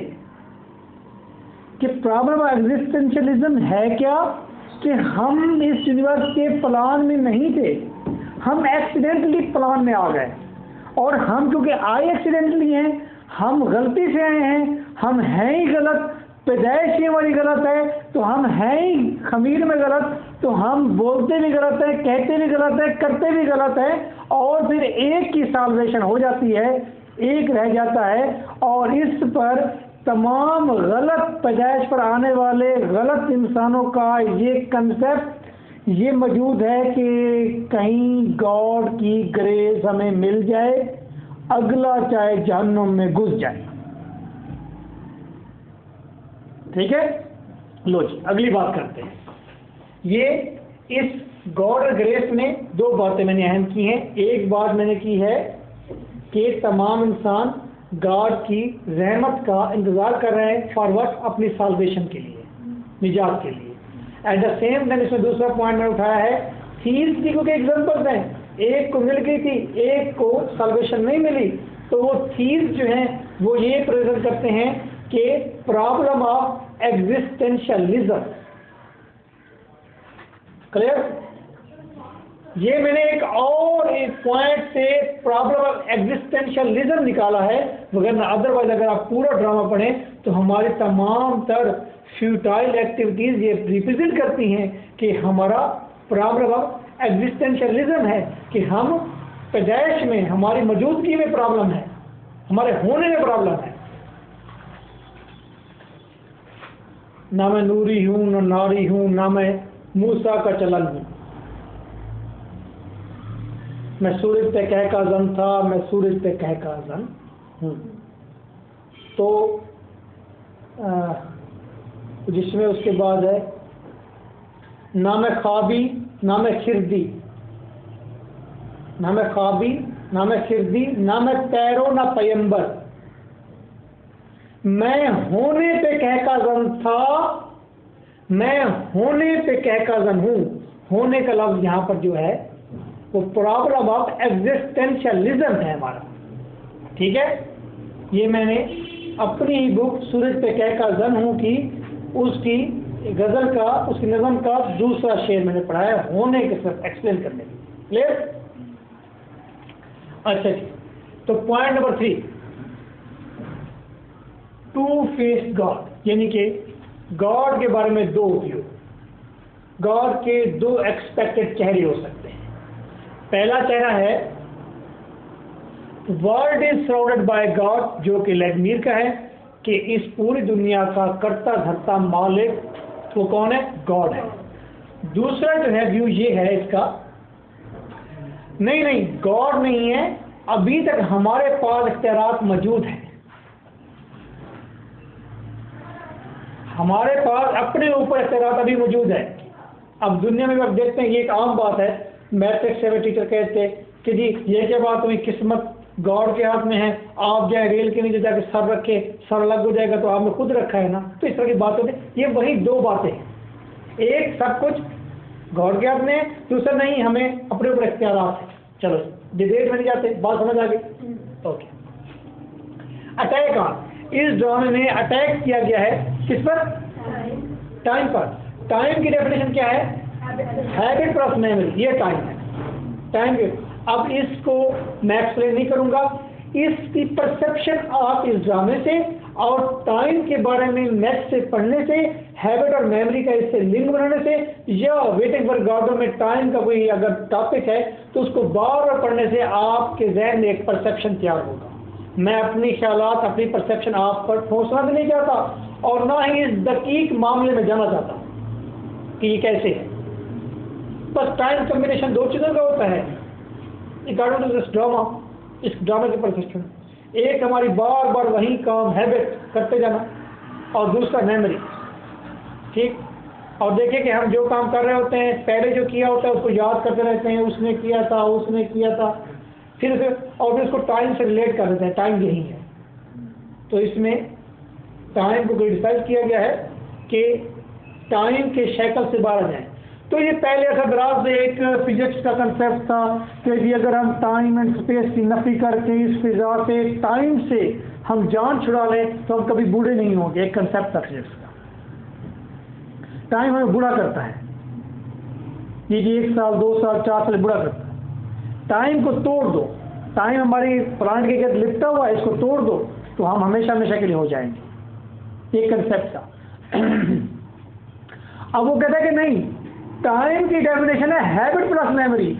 वो बार बार करने वाला अमल छोड़ दो, वो मेमोरीज छोड़ दो, तो टाइम की गिरफ्त टूट जाएगी। आइए पॉइंट नंबर 5 की तरफ चलते हैं। Complex responses to play. इस प्ले को जब भी कोई व्यूअर देखता है, रीडर पढ़ता है, तो इसके बारे में वो डिफरेंट व्यू देता है। कुछ क्रिटिक या रीडर इस प्ले को कहते हैं ये फास है, भांड मजाया है। एक आदमी बूट को उतारने की कोशिश कर रहा है, जोर लगा रहा है, मुंह बना रहा है, हाँफ रहा है। एक आदमी चलते आ रहा है, इस तरह कर रहा है, तो वो चले जाते, स्ट्रगल करते करते सोचने लग जाता है, इस तरह ठहर जाता है। ठीक है, भांड मजाया एक ड्रामा है, एक भांड मजाया ड्रामा है। दूसरा कॉमेडी, ये एक नॉर्मल कॉमेडी है, मजाया ड्रामा है। तीसरे कहते हैं ये एग्जिस्टेंशियलिस्ट प्ले है। ये असल में इंसान की मौजूदगी के जुर्म के ऊपर लिखा गया प्ले है, जिसकी सारी सूरत हाल ये ज़ाहिर करती है there is problem of existentialism. हमारी मौजूदगी का प्रॉब्लम है, हम मौजूद ही गलत है, हमारा होना ही गलत है। मैं होने पे कह काज़न था, मैं होने पे कह काज़न हूँ। अच्छा जी, उसके बाद एब्सर्ड प्ले। एब्सर्ड प्ले की डेफिनेशन कौन बताएगी? उर्दू में शायद लफ्ज़ इसका मुनासिब नहीं है। नामाकूल जी, बेहंगम, सिल्ली, यानी कि जिसकी कोई एंड ना हो, जिसका कोई मकसद ना हो। ये प्ले हमें पढ़ने के बाद लग सकता है जैसे प्ले में राइटर का कोई मकसद नहीं है, राइटर ने कोई चीज़ कन्वे नहीं की, कुछ भी नहीं दिया और हर चीज़ वेग है, अब्सर्ड है, बेहुदा सी है, इस तरह की है। अगर ये प्ले वाकई बेहुदा और अब्सर्ड है तो फिर साथ ही आपको ये कहना पड़ेगा हम तमाम इंसान बेहुदा, अब नामाकूल और सिली हैं और एमलेस है। अगर ये प्ले एमलेस है, बेहुदा है, तो फिर हम सारे इंसान बेहुदा हैं। इसलिए इसे बेहुदा करने से कहने से पहले आपको ये सोचना पड़ेगा कि अम्मी भी बेहुदा, अब्बू भी बेहुदा, दादा भी बेहुदा, बेटी भी बेहुदा, टीचर भी बेहुदा, मैं भी बेहुदा, तुम भी बेहुदा। आएगी स्टैंड मूड्स एंड सिचुएशंस। कुछ क्रिटिक कहते हैं भाई ये क्या ड्रामा है, बस अजीब से मूड्स हैं इसमें, अजीब सी सिचुएशन है। अच्छा, ये मॉडर्न मोरालिटी है। मोरालिटी प्ले क्या होता था, उसमें कन्वे किया जाता था रीडर को क्या, एक मॉरल कि भाई जो शख्स भी फख्र करेगा मारा जाएगा, उसका सर कट जाएगा। जो शख्स भी अपनी वजन से ज़्यादा सीधी निकलेगी काट दी जाएगी। ठीक है, जो भी गॉड को अब्यूज़ करेगा उसके खिलाफ जाएगा, उसका खात्मा बहुत बुरा होगा। ये मॉरल था। ये भी मोरालिटी प्ले हो सकता है, कुछ लोग कहते हैं और है, लेकिन ये मॉडर्न मोरालिटी प्ले है जो कि कोई मॉरल नहीं देता और आपको कहता है कि जाओ सोचो कि मॉरल क्या है और बात क्या है, सवाल क्या है और जवाब क्या है। गलत क्या है और सही क्या है, गलती कहाँ पर है और उसका तदारुक क्या है, खुद सोचो। गलती भी खुद सोचनी है, तदारुक भी खुद सोचना है, प्रॉब्लम भी खुद क्रिएट करना है, और उसको अपनी गलती का एहसास होते हुए फिर उसका मॉरल भी खुद निकालना है। कुत्ता भी खुद बनाना है, हड्डी भी खुद देनी है, नकदी पर चढ़ाना भी खुद है, लालच भी उसको खुद करानी है, लालच को पहचानने के बाद उसका मॉरल भी खुद क्रिएट करना है। कि कुत्ते का बच्चा बेगैरत होता है, ऐसे कुत्ता लालची होता है। ये सारा काम खुद करना है। मोरालिटी प्ले इम्पॉर्टेंट है। Tragic dramatisation of boredom, anguish and suffering. कुछ लोग कहते हैं ये नियर ट्रेजिक ड्रामेटाइजेशन एक ऐसा ड्रामा है। किस चीज का है ड्रामा? ये बोर्डम, गुस्सा और सफरिंग के ऊपर एक ड्रामा है, और सफरिंग के ऊपर, गुस्से के ऊपर, बोर्डम के ऊपर नियर ट्रेजिक ड्रामा है। ट्रेजिक के करीब करीब एक ड्रामा है कि इंसान बोर है, इंसान गुस्से में है, अभी तक गॉडो क्यों नहीं आया, इंसान अपने एम पूरे होने के इंतजार में है। वो गुस्सा भी है, वो बोरियत भी है। गुस्से और बोरियत के अंदर और इस सफरिंग के अंदर एक नियर ट्रेजिक ड्रामा है। मैं टोटल ट्रेजिक नहीं कह रहा, नियर ट्रेजिक ड्रामा कह रहा। ओके, उसके पहले आप आइसोलेशन, वेरी सिंपल है। ये इंसान की तन्हाई का एक प्ले है कि हर इंसान तन्हा है, और तन्हा होकर वो अपनी तन्हाई को दूर करने की कोशिश कर रहा है। उस तन्हाई के अंदर वो इंतजार कर रहा है। बट सेवर ये तन्हाई का प्ले है।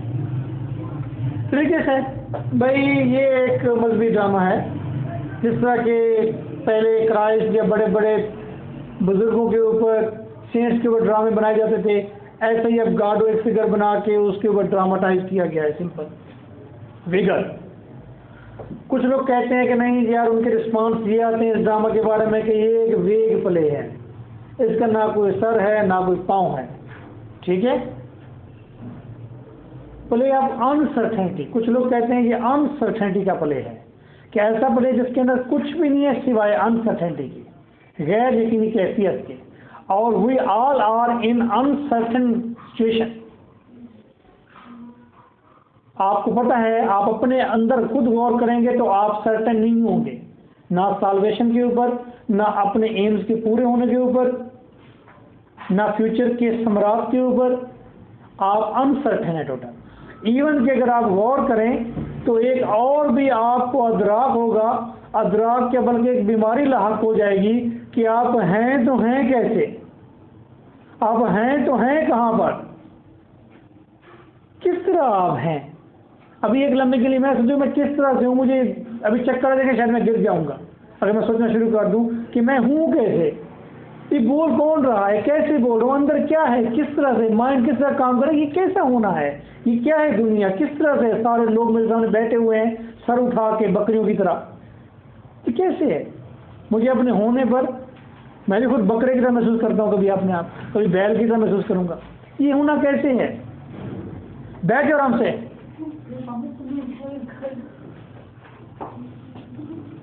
ओके जी, ये अनसर्टेनिटी का प्ले है। ये था पॉइंट नंबर 5। पॉइंट नंबर 6, हाँ अच्छा ओके जी, टेक्निक के बारे में देखें। इसमें टेक्निक ओरिजिनल एंड टून। इसकी ये टून है, जो सीक्वेंस है, जो मूवमेंट है ड्रामे की, जो एक्शन है ड्रामे का, वो बिल्कुल ओरिजिनल है। डलार देखे दो टोक सीधे सीधे, कोई मुश्किल वर्ड नहीं, कोई चीज़ भी नहीं है ऐसी। क्लियर, ओरिजिनल एंड टून है।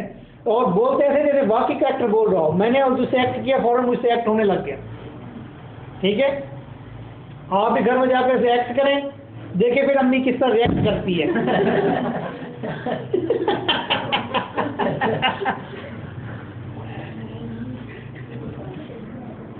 अच्छा जी, एंशिएंट इन अपील।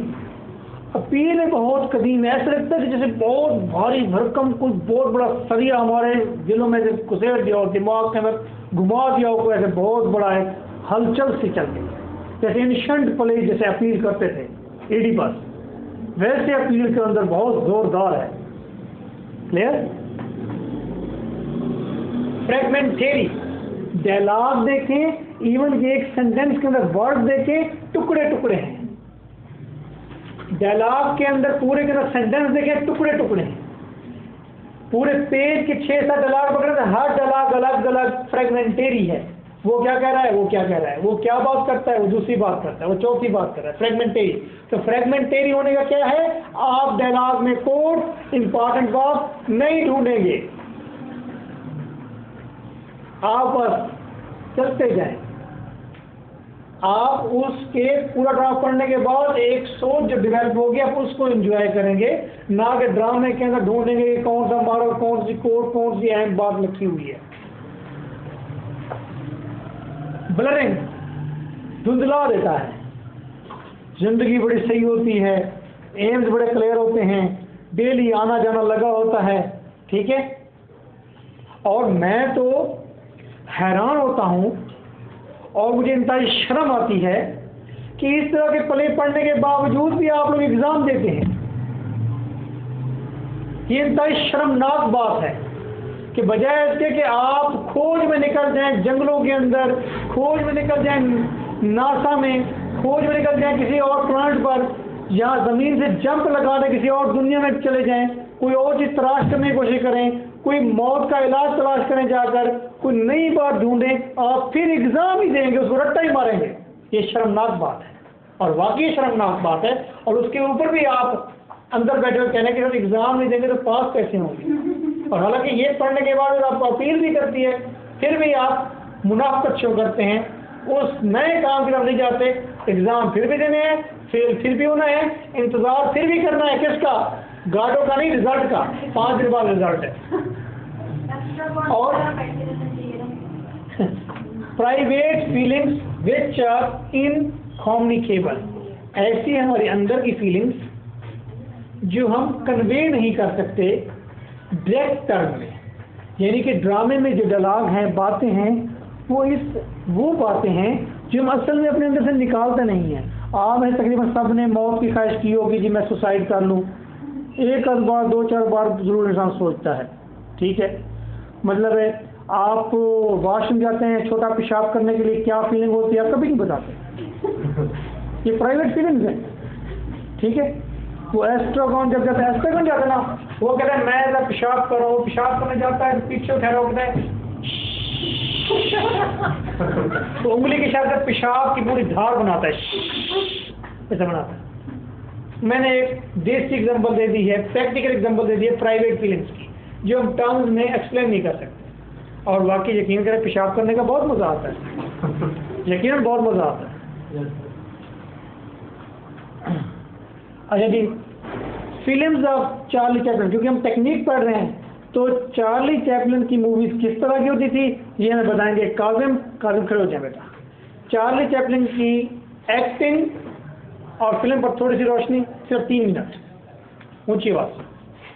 तो एक बकायदा टर्म है माइंड, MIND। ये टर्म है माइंड, MIND, जिसमें आप बोल नहीं सकते, आप सिर्फ एक्सप्रेशंस के साथ एक्ट कर सकते और जंपिंग के साथ एक्ट कर सकते, ठीक है।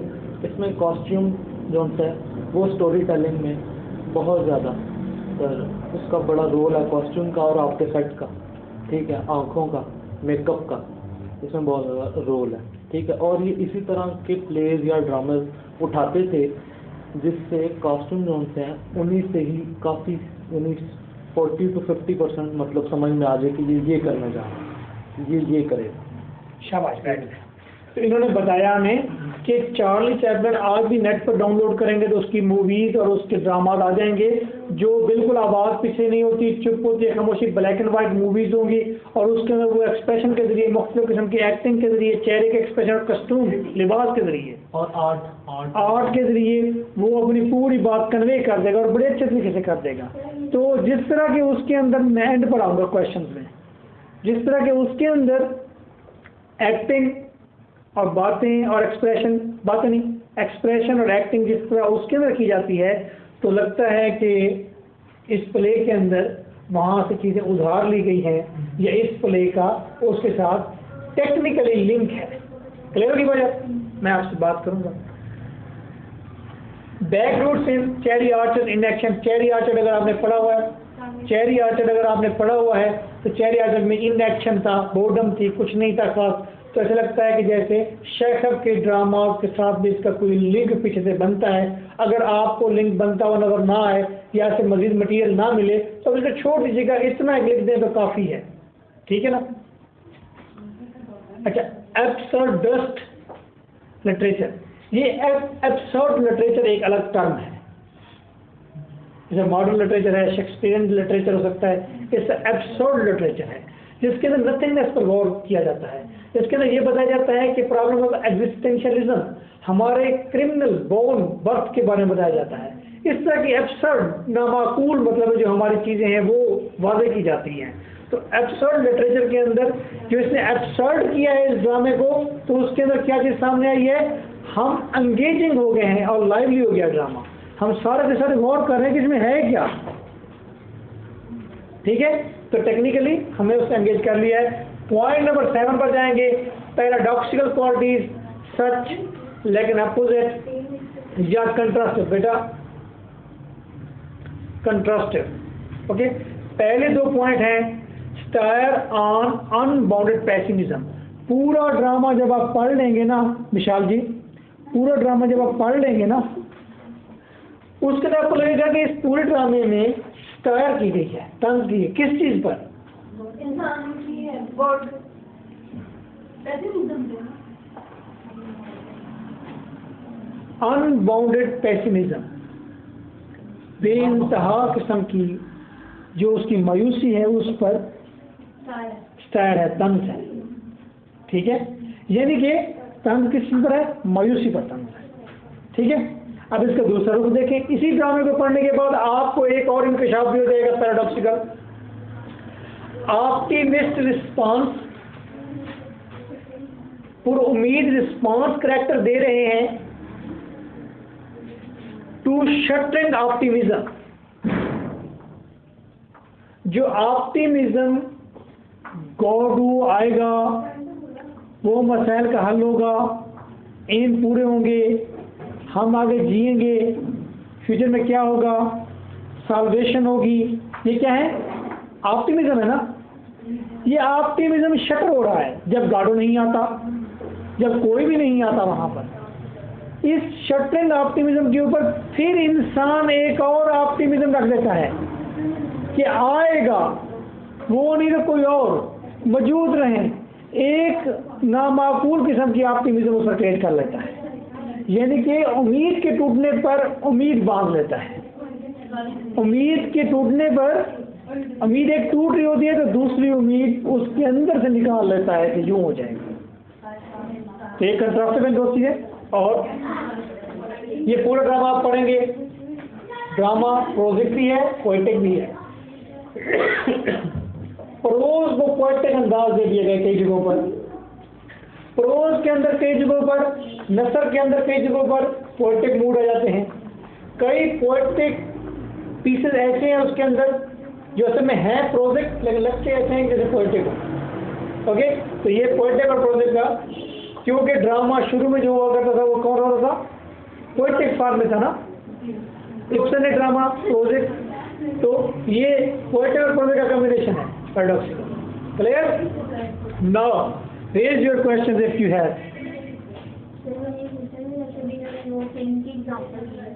तो उसमें मुझे मैंने पढ़ा था कि कैरेक्टर्स की कैरेक्टराइजेशन नहीं की जाती बल्कि उनको मैकेनिकल पपेट के तौर पे। बिल्कुल जी, एक बात और उन्होंने बताई है कि यहाँ पर कैरेक्टर्स को पपेट के तौर पर सामने लाया गया है। जैसे मैंने चल के दिखाया है, जिस अंदाज में बूट उतारा है तो पपेट के तौर पर। जी, दूसरी बात ये है कि कैरेक्टर्स की कैरेक्टराइजेशन होना और उनका मैकेनिकल पपेट मतलब उनको वैसा बना के दिखाना, ये दोनों अलग बात है। नहीं, एक ही बात है। कैरेक्टर की कैरेक्टराइजेशन, मैं असल हूँ, मेरा एक कैरेक्टर क्रिएट करना, उस कैरेक्टर को भी मेरी तरह ना बताना, बल्कि उसको आर्टिफिशियल कर देना। वो कैरेक्टर की कैरेक्टराइजेशन कर दी गई है, जिस तरह के अपना बर्टोल्ड ब्रैकेट ने कहा है के करैक्टर जो होने चाहिए वो उसके अंदर हम इन्वॉल्व ना हो जाए।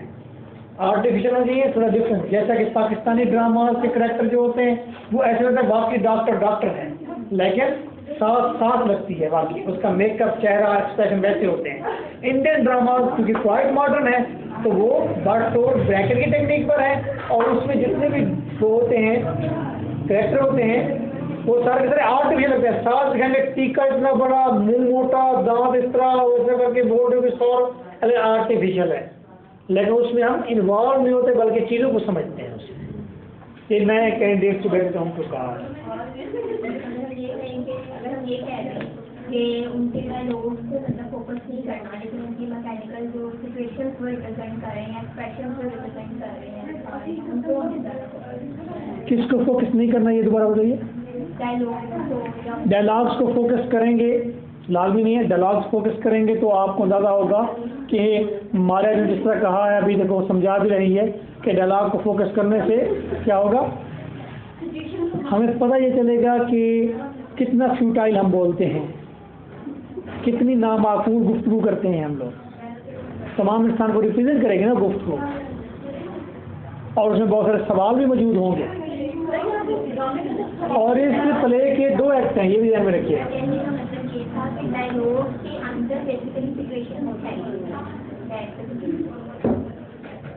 ठीक है, हो सकती हैं। यही क्वेश्चन आता कोई और क्वेश्चन?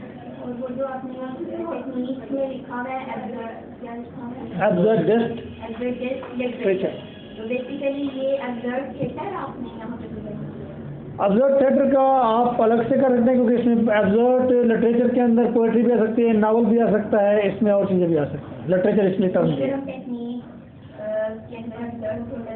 हाँ डेफिनेटली कर सकते हैं।